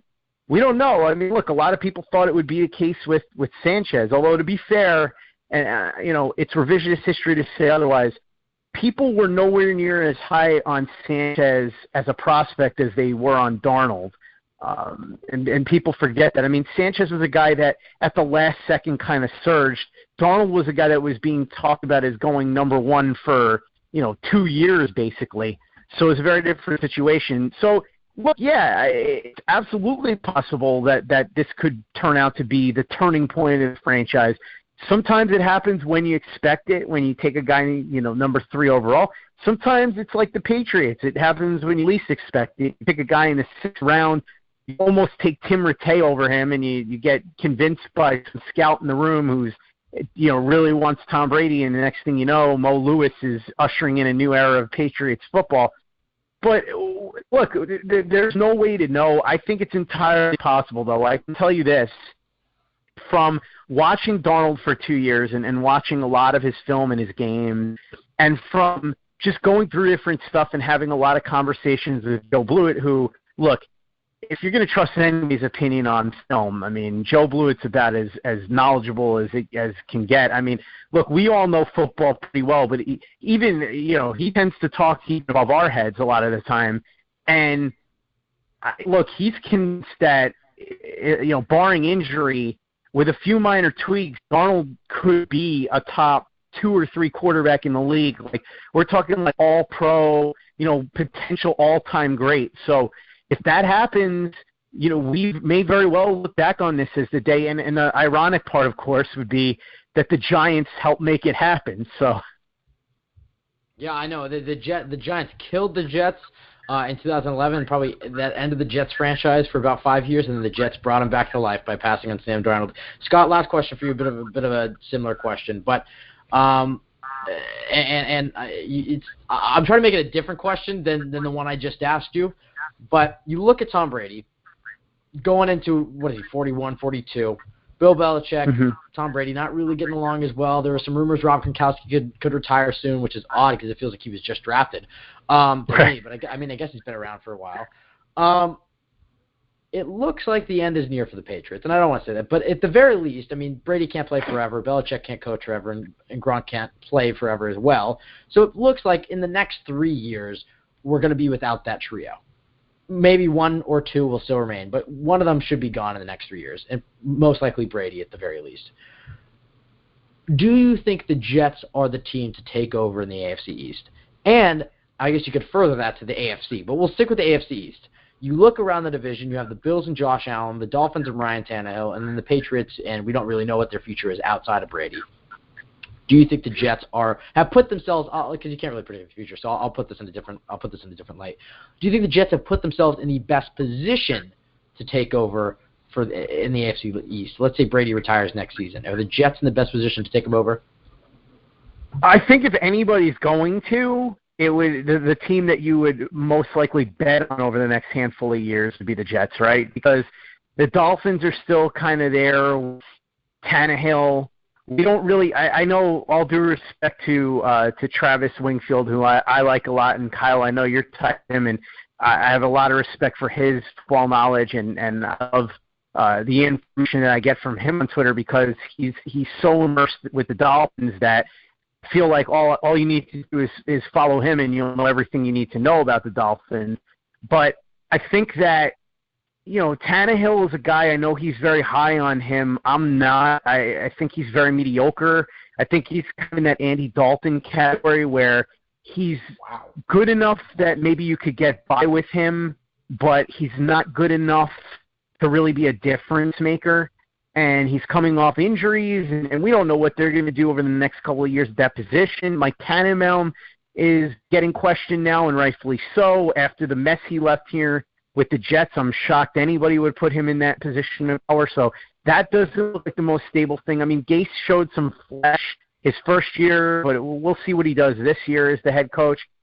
Bills, look, I'm not a believer really in anything. If you look at that roster, I forget who it was that was pointing this out today. It might have been Charles McDonald from, Pro Football Focus? I forget. But their roster, their skill players are just so bad, really, all the way around the Bills. It's terrible. And Allen, look, I'm not a believer, and I don't think any of us are. If he's going to succeed at all, he's going to need a little bit of help, and it just doesn't seem like there's anything there right now. Maybe over the next couple of years they add it, but between those two teams, you would think with the Jets, Darnold being the 20-year-old with tons of upside, the Jets just added some good players. They have some pieces. They have a ton of money to spend next year. They still have their first-round pick. Look, the question is ultimately going to come down to, is Darnold going to be the guy that we hope? And will Mike McCagney make the right moves around him? In other words, when he spends that free agency money, will he do it in a way that surrounds Darnold with the right protection on offense? All right, Kyle, I know it's coming. I said protection, so I'm surprised I didn't get condom joke there from you. But that's not really up my alley. Nah, all right. Well, some. Oh boy, wow, Ben, that was unexpected. I gotta give you credit for. Ben, what did you say? I didn't hear you. I said you don't use them. Yeah, no, he's right. Yeah, it wasn't a joke. It was just being serious. Come on, Scott. Right. Grow up, buddy. Come on. Jeez. Come on, Scott. What are you, a rookie? No, but in any case, what I'm saying is, I think that if McCagnon uses that money correctly to put the right pieces around him as far as offensive line, some weapons on the offense, and add some defensive players, obviously they're going to need an edge rusher and all that, and Darnold turns out to be the guy that they think, look, you still can't bet against the Patriots because even without Tom Brady, if Belichick is still there, we've seen that he knows how to find ways to win even without Brady. Look at him going 11-5 with Matt Castle, for the love of God, back in 2008. And the 3-1 start they got off to with Jacoby Brissett playing 2 or 3 games that year. So he's good. He's all right, but look, he's not Tom Brady and he's not Jimmy G even. So we'll see. But I think nobody is Jimmy G. Just to clarify.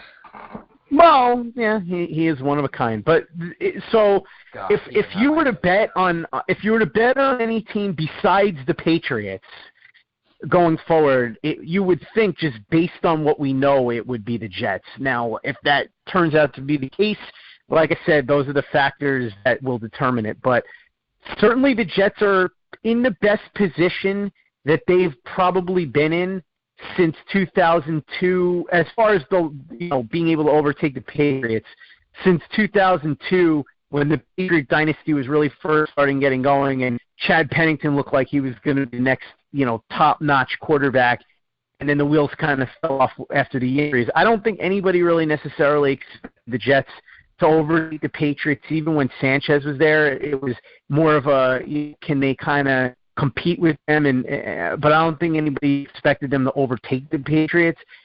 I think they're poised to be in the best position they've been in, if everything goes the way it's supposed to, in at least 15 years. I like it. All right, well, Scott, that's where we'll end it. I'll give you some time to do some plugs. I actually hold on. I have to get the music up. But you know what? We're gonna can the music. My phone's at 1%. So unless Kyle can. All right. Wait. Hold on. No. You calm yours down, Ben. All right. Hold on. Let me just. NFL like prime time. Okay. Wait. Hold on. Yeah. Hold on. Dun, dun, dun. I'm snapping hot checks right now. Hold on. I got it. Yeah. That's what he's doing. NFL. Ben, there's a reason I haven't said anything this entire conversation until you brought up condoms. So. All right. Ready? I thought that was it. Jeez. Okay, yeah, go, give it. Oh, shit, there's not. Wow. Scott, how's the girlfriend? She's doing well. She's sleeping right now, actually. Oh. Kyle, do you have the music or Hold not? On. It was through my Beats. Hold on. I forgot I have Bluetooth. She always asks about you, Ben. She always says, how's Ben doing? Is he okay? Talk about your personal life. Go. All right, go, Scott. All right. Can we lower the volume, please? A little bit. It's a little loud. Okay, that's better. Thank you. All right, boys. So Sunday we had a special podcast. Can we still lower that, actually? I kind of like it, but you go down a little. Go down like 1 or 2. I liked it. Come on. It's really blasting. So, all right. Cool, man. Sunday. It's hard when you're trying to talk. It's hard. Go up 1 or 2. Yeah. Scott, sounded good. I could hear it in my ears. All right, there you go. There we go. That's better. All right. Yeah, there you go. Okay. Exactly, so Sunday we had a special podcast with Darryl Slater recapping rookie minicamp. He talked about Sam Darnold giving a lot of high fives to Jeremy Bates and whether or not Jeremy Bates is going to break the kid's hand. Talked a little bit about the weird thing with Hackenberg changing his throwing motion without telling anybody. Bryce Petty somehow making his way to the Dolphins. So if you want to check that out, it's available. And also, we dropped a brand new podcast with Joe Blewett, who's going to be starting a podcast within the next month or two called the TOJ Film Room with Kyle Smith, your old friend. He's going to be coming at a podcast retirement, and they are going to be. You know what I meant. I meant that you guys have been friends for a while. So. I think he likes both of you guys, but you'll have to ask him yourself. He has openly said he does not like Ben. It's pretty clear. Is Ben still on the line to defend himself, or is he out? I don't care. Yeah. Oh, okay. All right, just making sure. Anyway, so Joe Blewett started his breakdown of the 2017 film of Sam Darnold on the podcast. It dropped on Tuesday. If you haven't had a chance to listen to it yet, go ahead and download it. And if you want to, you can pull up the accompanying video. It's at turnonthejets.com, and that'll guide you through. But it was great. Joe really talked us through the strengths and weaknesses, and I'm telling you, you're going to learn a lot of things about Sam Darnold that you may not have known before because they're the perceptions of him and what he does well and doesn't do well. But Joe really points out a couple of things that Darnold does well that people don't even really realize. So give that a listen. Then there should be at some point a new draft season is going to drop. Daniel Essian is pinch hitting for Joe Malfa this week because Malfa's got like 1,200 things going on. They're going to talk about Leonard Williams, his evolution from college. As per usual. Come on, let's go. Listen, that's a joke I could make. Anyway, so Leonard Williams, they're going to talk about his evolution, and they're going to talk about how he stacked up against other draft prospects at the time he was picked. Ben, I know that you and I and Kyle, we've all talked about whether or not Leonard Williams was the best pick you could make at number 6, so we'll get into that a little bit too. And then we're going to have a brand new episode of the Turn on the Jets podcast. Kyle, stop. All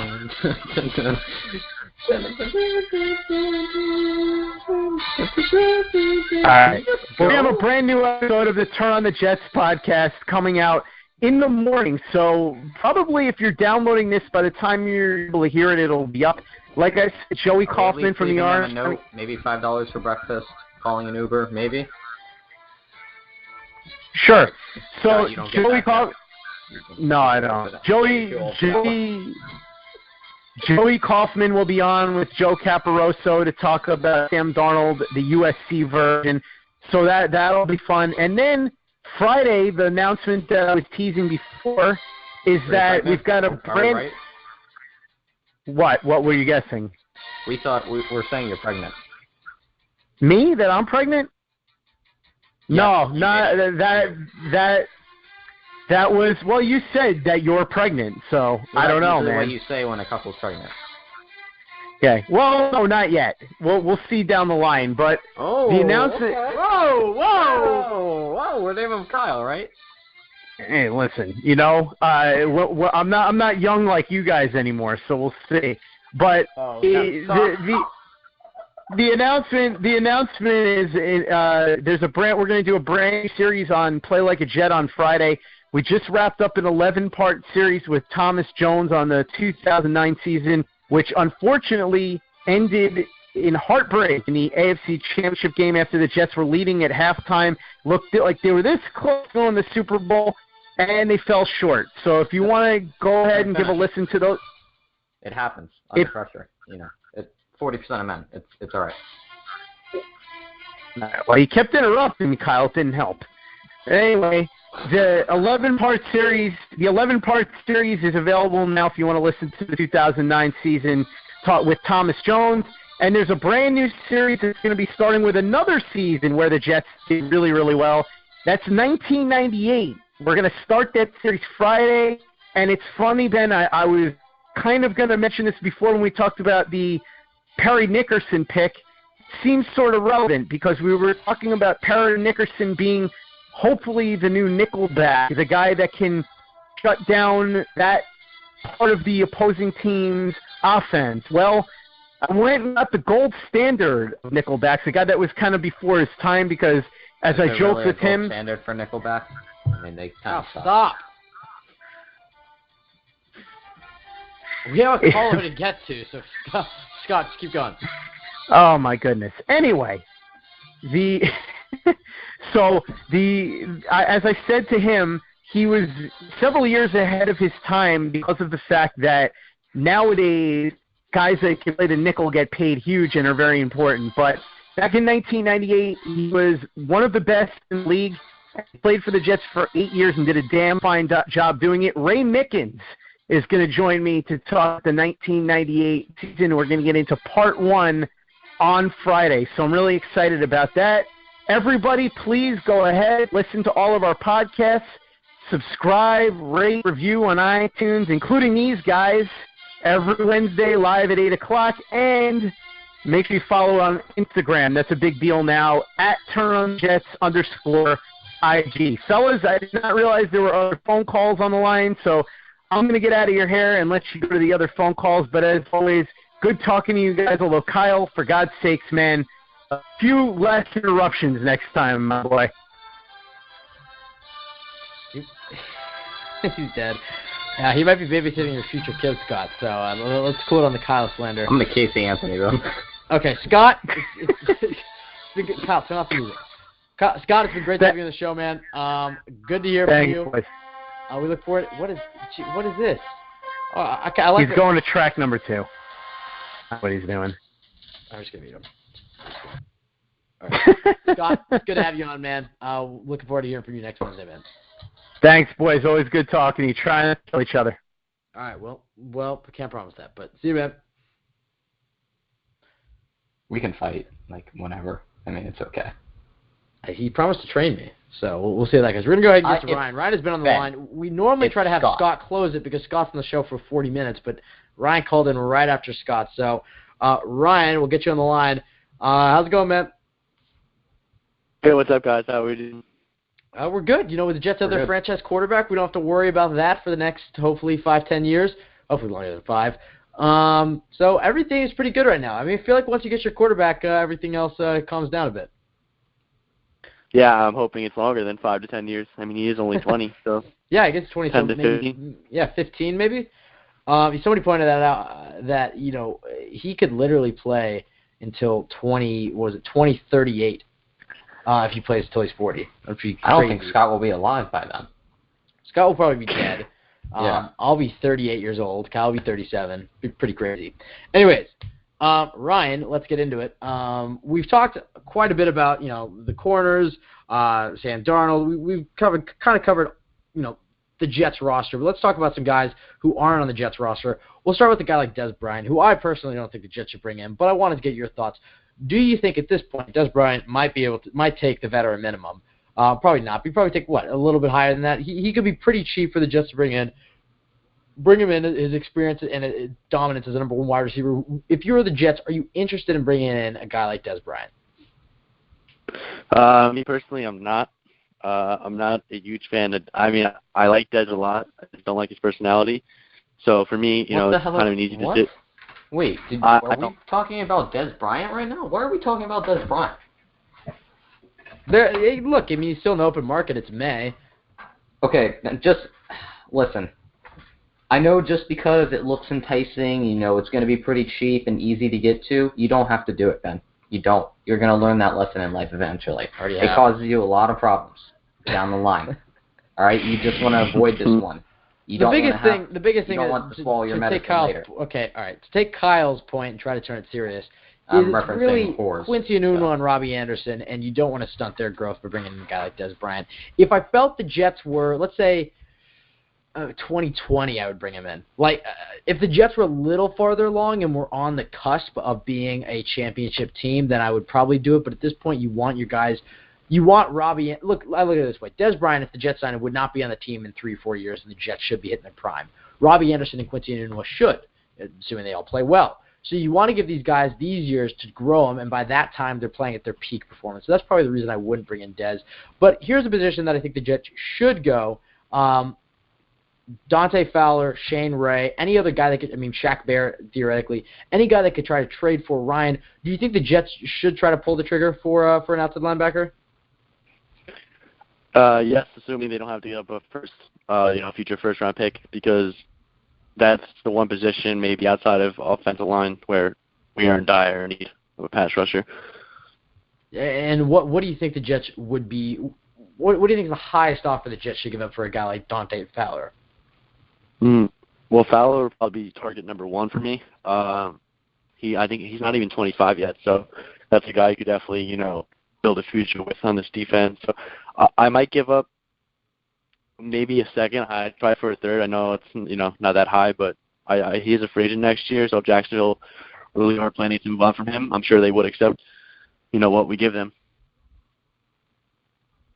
Yeah, I happen to agree with that. And Kyle, I know we kind of talked about it a bit last week, but Kyle, what do you think the Jets? Do you think the Jets could theoretically get a guy like Dante Fowler this offseason? I think we can get him before the season starts. They didn't pick up their options, so they're definitely going to try and. It means. What? That's what off-season means. Oh, I thought you meant next off-season when he's a free agent. No. This off-season. Oh, okay. Yeah, I think there's a very good chance that we could. We have the assets for it, and, we have the money for it next year. There's no reason we shouldn't, and he could fit right in. I know we just got Henry Anderson, but, it's Henry Anderson compared to Dante Fowler, so. Well, Henry Anderson's a defensive end, and Dante Fowler's an outside linebacker, so there's a difference there. But Ryan, moving forward. Dante Fowler's naturally a defensive end. That's what he played throughout all Dante college. Fowler would be a 3-4 outside linebacker, though. He is not good at stand-up, Ben. I will tell you that. He plays a 4-3 defense. Are you kidding me? He's a 3-4 outside linebacker, Kyle. He is not good standing up athletically.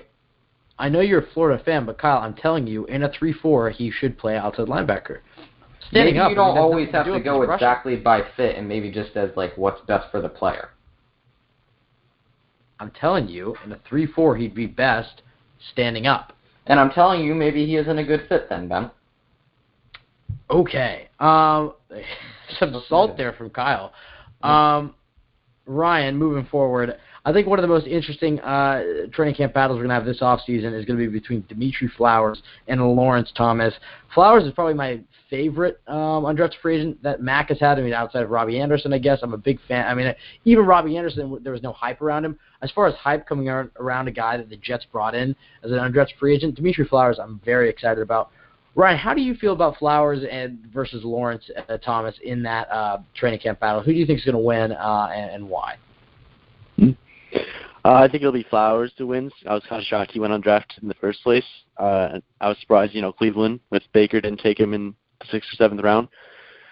But I think Flowers is he can play fullback. He can catch. He made some nice catches even when you watch Baker Mayfield. Flowers pops up. He makes some good contested catches for a fullback. He can block. I think he's going to be a good asset. But the Jets do love, somebody in that building or in that organization loves Lawrence Thomas. So, we'll see what happens. Yeah, no, I agree. And Kyle, I know you were also a big Dimitri Flowers fan. What's your thoughts on the Jets bringing him in? I think my best comparison for Jets fans to understand him as a player would be Quincy Enunwa, second-year Quincy Enunwa, not as a receiver, but as just a utility guy, an H-back, as most people in the NFL call it, a blocker, a receiver, and obviously not like a wide receiver, but a receiver out of the backfield. Except he's just more of a running back than he is a wide receiver. Yeah, he's Quincy Enunwa in a different position though. Yes, exactly. But the versatility. But he can line up in the slot and run a route like a tight end if you ask him to.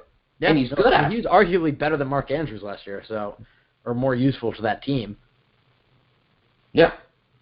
Ryan, moving forward, starting kick returner, we're just trying to cover some topics that normally aren't talked about. Kick returner, the Jets drafted Trenton Cannon. They brought in Andre Roberts. Who do you think is going to win that battle? And then I guess any other guy could potentially slide in there.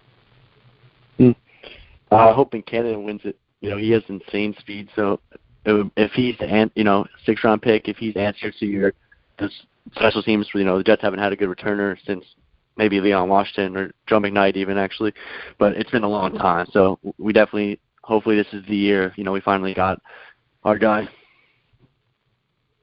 Yeah, no, I agree with that. There's that one video of Cannon, I think he covers 40 yards in 3 seconds, and it's pretty insane.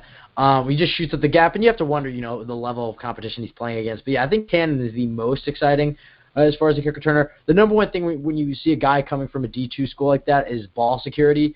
That'd be the one thing that I'd be worried about for him because really, you don't need an amazing kick returner to win the Super Bowl. It's obviously nice to have a guy that puts you in good field position every single, time you get out there. But something that, detracts from your team is a guy who's coughing it up on kick returns. That's something you can't afford to happen because most of the time, unless you're starting the game or the half, you're kick returning because you just gave up points. And so to kick return and then give them the ball right back after they got points is just so detrimental. It's almost like a pick six in that point, especially if they're coming off a touchdown, because they get it inside your red zone, and it's just so Cannon, if he can get the ball security, and it's not that he's had so much of an issue in D2, but it's one of those things where you up the playing level almost times 2. I mean, there's already a jump you have to make from D1 college football to the NFL. When you're making a D2 college football to the NFL, it's an even bigger jump, so I'd be a little worried about that. Now, Ryan, a few guys that have been forgotten about on this roster, Chad Hansen and Ardarius Stewart. How do you see them impacting 2018? Well, I think they'll be the 5th and 6th receiver. I don't honestly expect them to make a huge impact. I wasn't high on Ardarius Stewart when we drafted him. I think there's a reason why they kind of signed prior to, whether that's Anderson, whether they expect a suspension or not. Anderson won't be missing more than 4 games, so I think that they're kind of buried on the depth chart right now, and it wouldn't shock me in a year or two if I think Hansen has a spot. I don't think Stewart will be around for the long term. Remember when I predicted Stewart as like an early Rookie of the Year candidate? Good times. And okay, Ryan. Yeah, I know. I heard you. I remember you predicting to do the Jets, star receiver out of the slot, which I mean theoretically could still happen. It still could happen. I just think he was underused last year. Yeah. All right, Ryan. Continuing forward, we'll move forward outside of kind of on the flip side of receivers. Let's go to cornerbacks. You have Derek Jones, who's on the show, and Jeremy Clark. How do you see them impacting 2018? Do they make the team? And actually, we're going to throw in one more guy, Rashard Robinson, because the Jets traded the pick for him, so why not? Robinson, Clark, Jones, who makes the roster, and do they have an impact? Out of those 3, I think only one makes the roster. I'm looking at it as Tremaine, Claiborne, Screen, Nickerson, and then I think Roberts will make the 5th. I'm not a huge Roberts fan, but I do think he is better than those 3, as of this moment.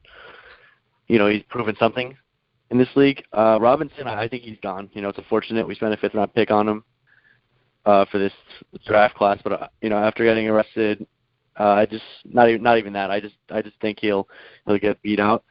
I think it'll be between Jones and Clark for the last cornerback spot, unless they go 7. And I think it'll be. It's hard to tell, but I think it'll be Clark. I liked him coming out of college, and if his ACL is fine, totally healed up, I think he wins the last spot. Kyle, what are your thoughts on that? I'm sorry, Clark, Ryan. Robinson, Jones. Yeah, thank you, Ben. You knew exactly where I was going with that. Honestly, I knew when I asked. Yeah. I love you for that. Clark has a lot of talent and probably is the best fit for Todd Bowles' scheme. I also think they love Robinson as a player, otherwise they wouldn't have traded for him. And I think some way we'll end up keeping both, either Jeremy Clark on the practice squad or, maybe he just straight up makes the roster. But I think Robinson for sure will make the roster, and then Jeremy Clark in some way, shape, or form will, be on the team. All right, Ryan, a few more questions for you, man. I guess we'll move forward into some of Kyle's questions. We'll talk a little bit about the running backs. The Jets have quite a few, and I asked you a few questions about guys who are in the lower ends of the roster and, the battles between them and who's going to make it or whatnot. Let's talk a little bit about positions where the Jets have an overload of not necessarily amazing talent, but they have an overload of players at them. We've already talked about the receivers, so we'll put that on the shelf. We'll start with running backs, then we'll move to tight ends, and then we'll move to linebackers. So starting with running backs, the Jets have Bilal Powell, Elijah McGuire, Trenton Cannon, Trenton Cannon, and Thomas Rawls. Who out of those 4, and we're not going to count Dimitri Flowers or Lawrence Thomas, but let's just say they're already carrying a fullback. Who out of those 4, do you see all 4 making the team, or do you see 3? Oh, I forgot about Isaiah Crowell, excuse me. So those are 5 running backs right there. Who out of those 5 do you see making the team? I want to go 4 here, and I'm just assuming because, like I said before, I think Cannon will win the kick returning and punt returning duties. If not, then it would be 3. But for my prediction, I'll go 4. Just to keep Cannon as a return specialist. I think Crowell definitely makes it. I kind of envision him kind of being the bell cow with Powell, and then McGuire would be my 3rd. I don't think Rawls makes it. It wouldn't shock me if he did, but just the way he played last year. And he's been injured kind of ever since he had that good, that good rookie year when Marshawn was injured for them. But since then, he really hasn't been the same. So I'd probably go those 4. All right, looking at the tight end position, obviously Jets brought in Chris Herndon in the 4th round of the draft. They have Jordan Leggett. You have Clive Walford, Eric Tomlinson, Neil Sterling, and Bucky Hodges. Out of those 6, who are the Jets carrying? Probably around 3, correct? And if so, wait. My favorite line from Bucky was Steve? ? No. That's funny. Infinity War was good. I don't know what that was. It's from Infinity War. You have to see it. No, I know. Not going to say anything. Why was that relevant? No, I've seen it. I love it. But Bucky Hodges. Bucky anyways, Hodges. Ryan, just talk about the title. Winter Soldier. You know what, Ben? Screw you. You know what? I try to make this podcast enjoyable for our listeners. All right, I have to deal with a stick, and I create a fire out of you. Okay? Yeah. I light you on fire and carry you like Laura Croft from the tombs. I'm sure the people who listen to the show are thinking, "Gosh, Kyle really carries Ben in the show.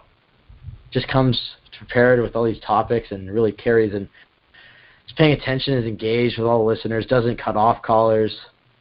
You're right, Kyle. Ryan, let's play the game of how to make Ryan. Kyle and I love each other, but we're bickering right now. Mom and Dad are fighting, so just go to your room. But before you go to your room, answer this: who out of the Titans are making the roster? I think only 3 make it. I think it'll be Tomlinson, Herndon, and Leggett. I think obviously the draft pick will make it. Herndon. I think Tomlinson's the best blocker out of them all, so I think he kind of has that role locked up. And I think the Jets like Leggett a lot. And I think out of those 3, you have a blocker. Tomlinson can catch too, but you don't want him necessarily being your main pass catcher. Herndon's very good on the bubble screens and that kind of stuff, and I think Leggett will be kind of the deep tight end, the guy who runs up the seams. All right, and last question. On the linebacking core, we'll probably start. I mean, there's a lot of different linebackers. We'll just use outside linebackers. Well, I guess that's all the linebackers there is. But we'll use outside linebackers and inside linebackers here. So you have Jordan Jenkins, Josh Martin, Lorenzo Malden. Kyle, you're going to help me out here. There's a lot here. Who am I forgetting as far as outside linebackers go? Kyle. Lorenzo Malden, David Bass, Jordan Jenkins. David Bass is the other one.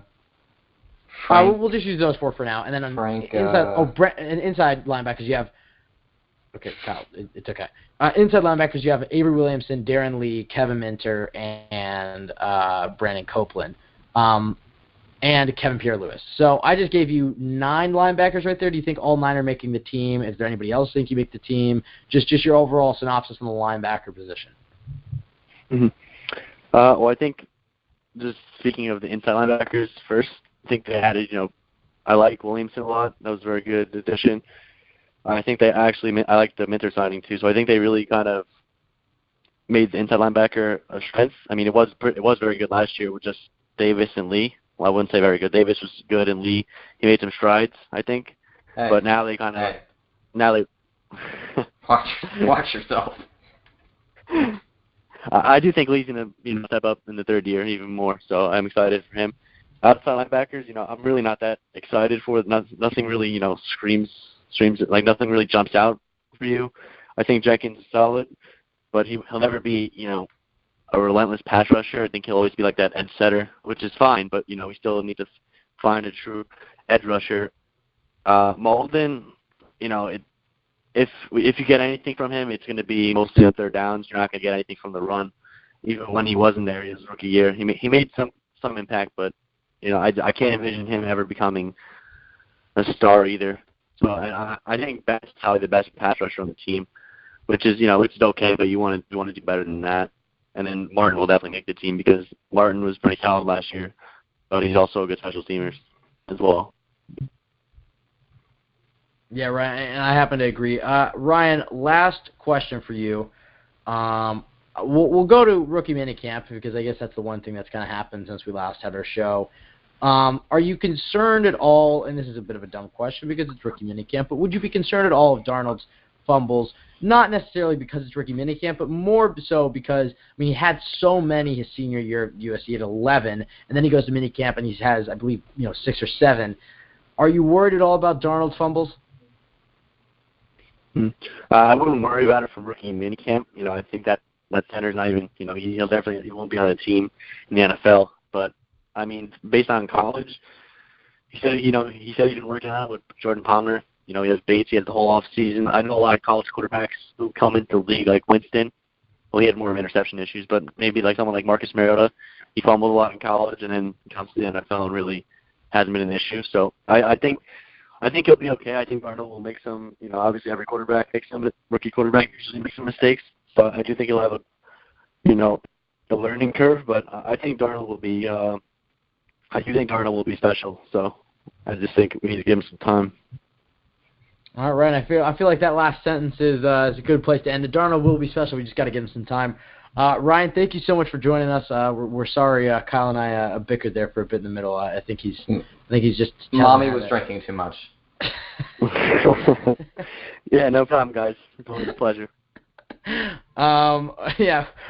give out your social media so our listeners can give you a follow. You guys can follow me at NY_Destination98. Thank you, guys. All right, well, Ryan, we'll make sure to tweet that out. Thank you so much for joining us, man. Have a good night. Wow.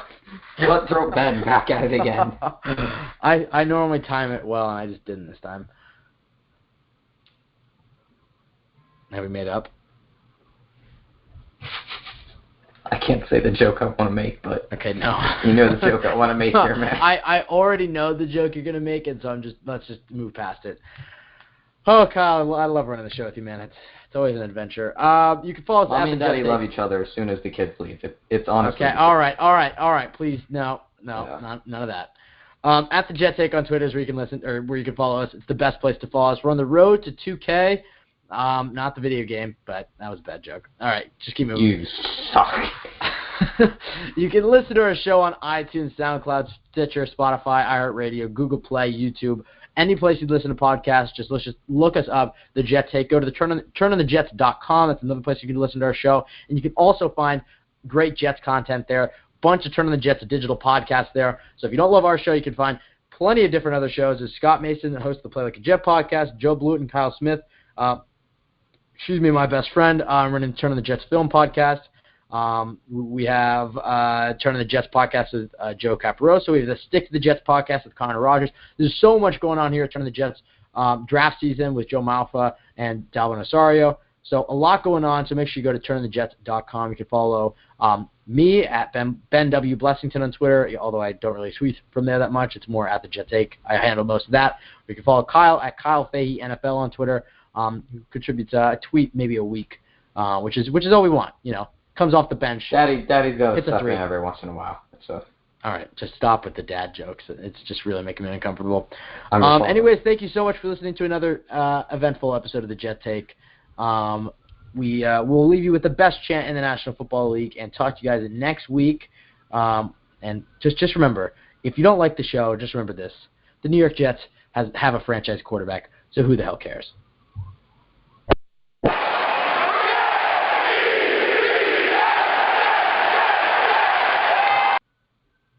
Ben's about as inspiring as Woody Johnson at a council. Okay, all right. I thought he was going to say, who's your daddy, so I let him talk. All right, see you guys next week.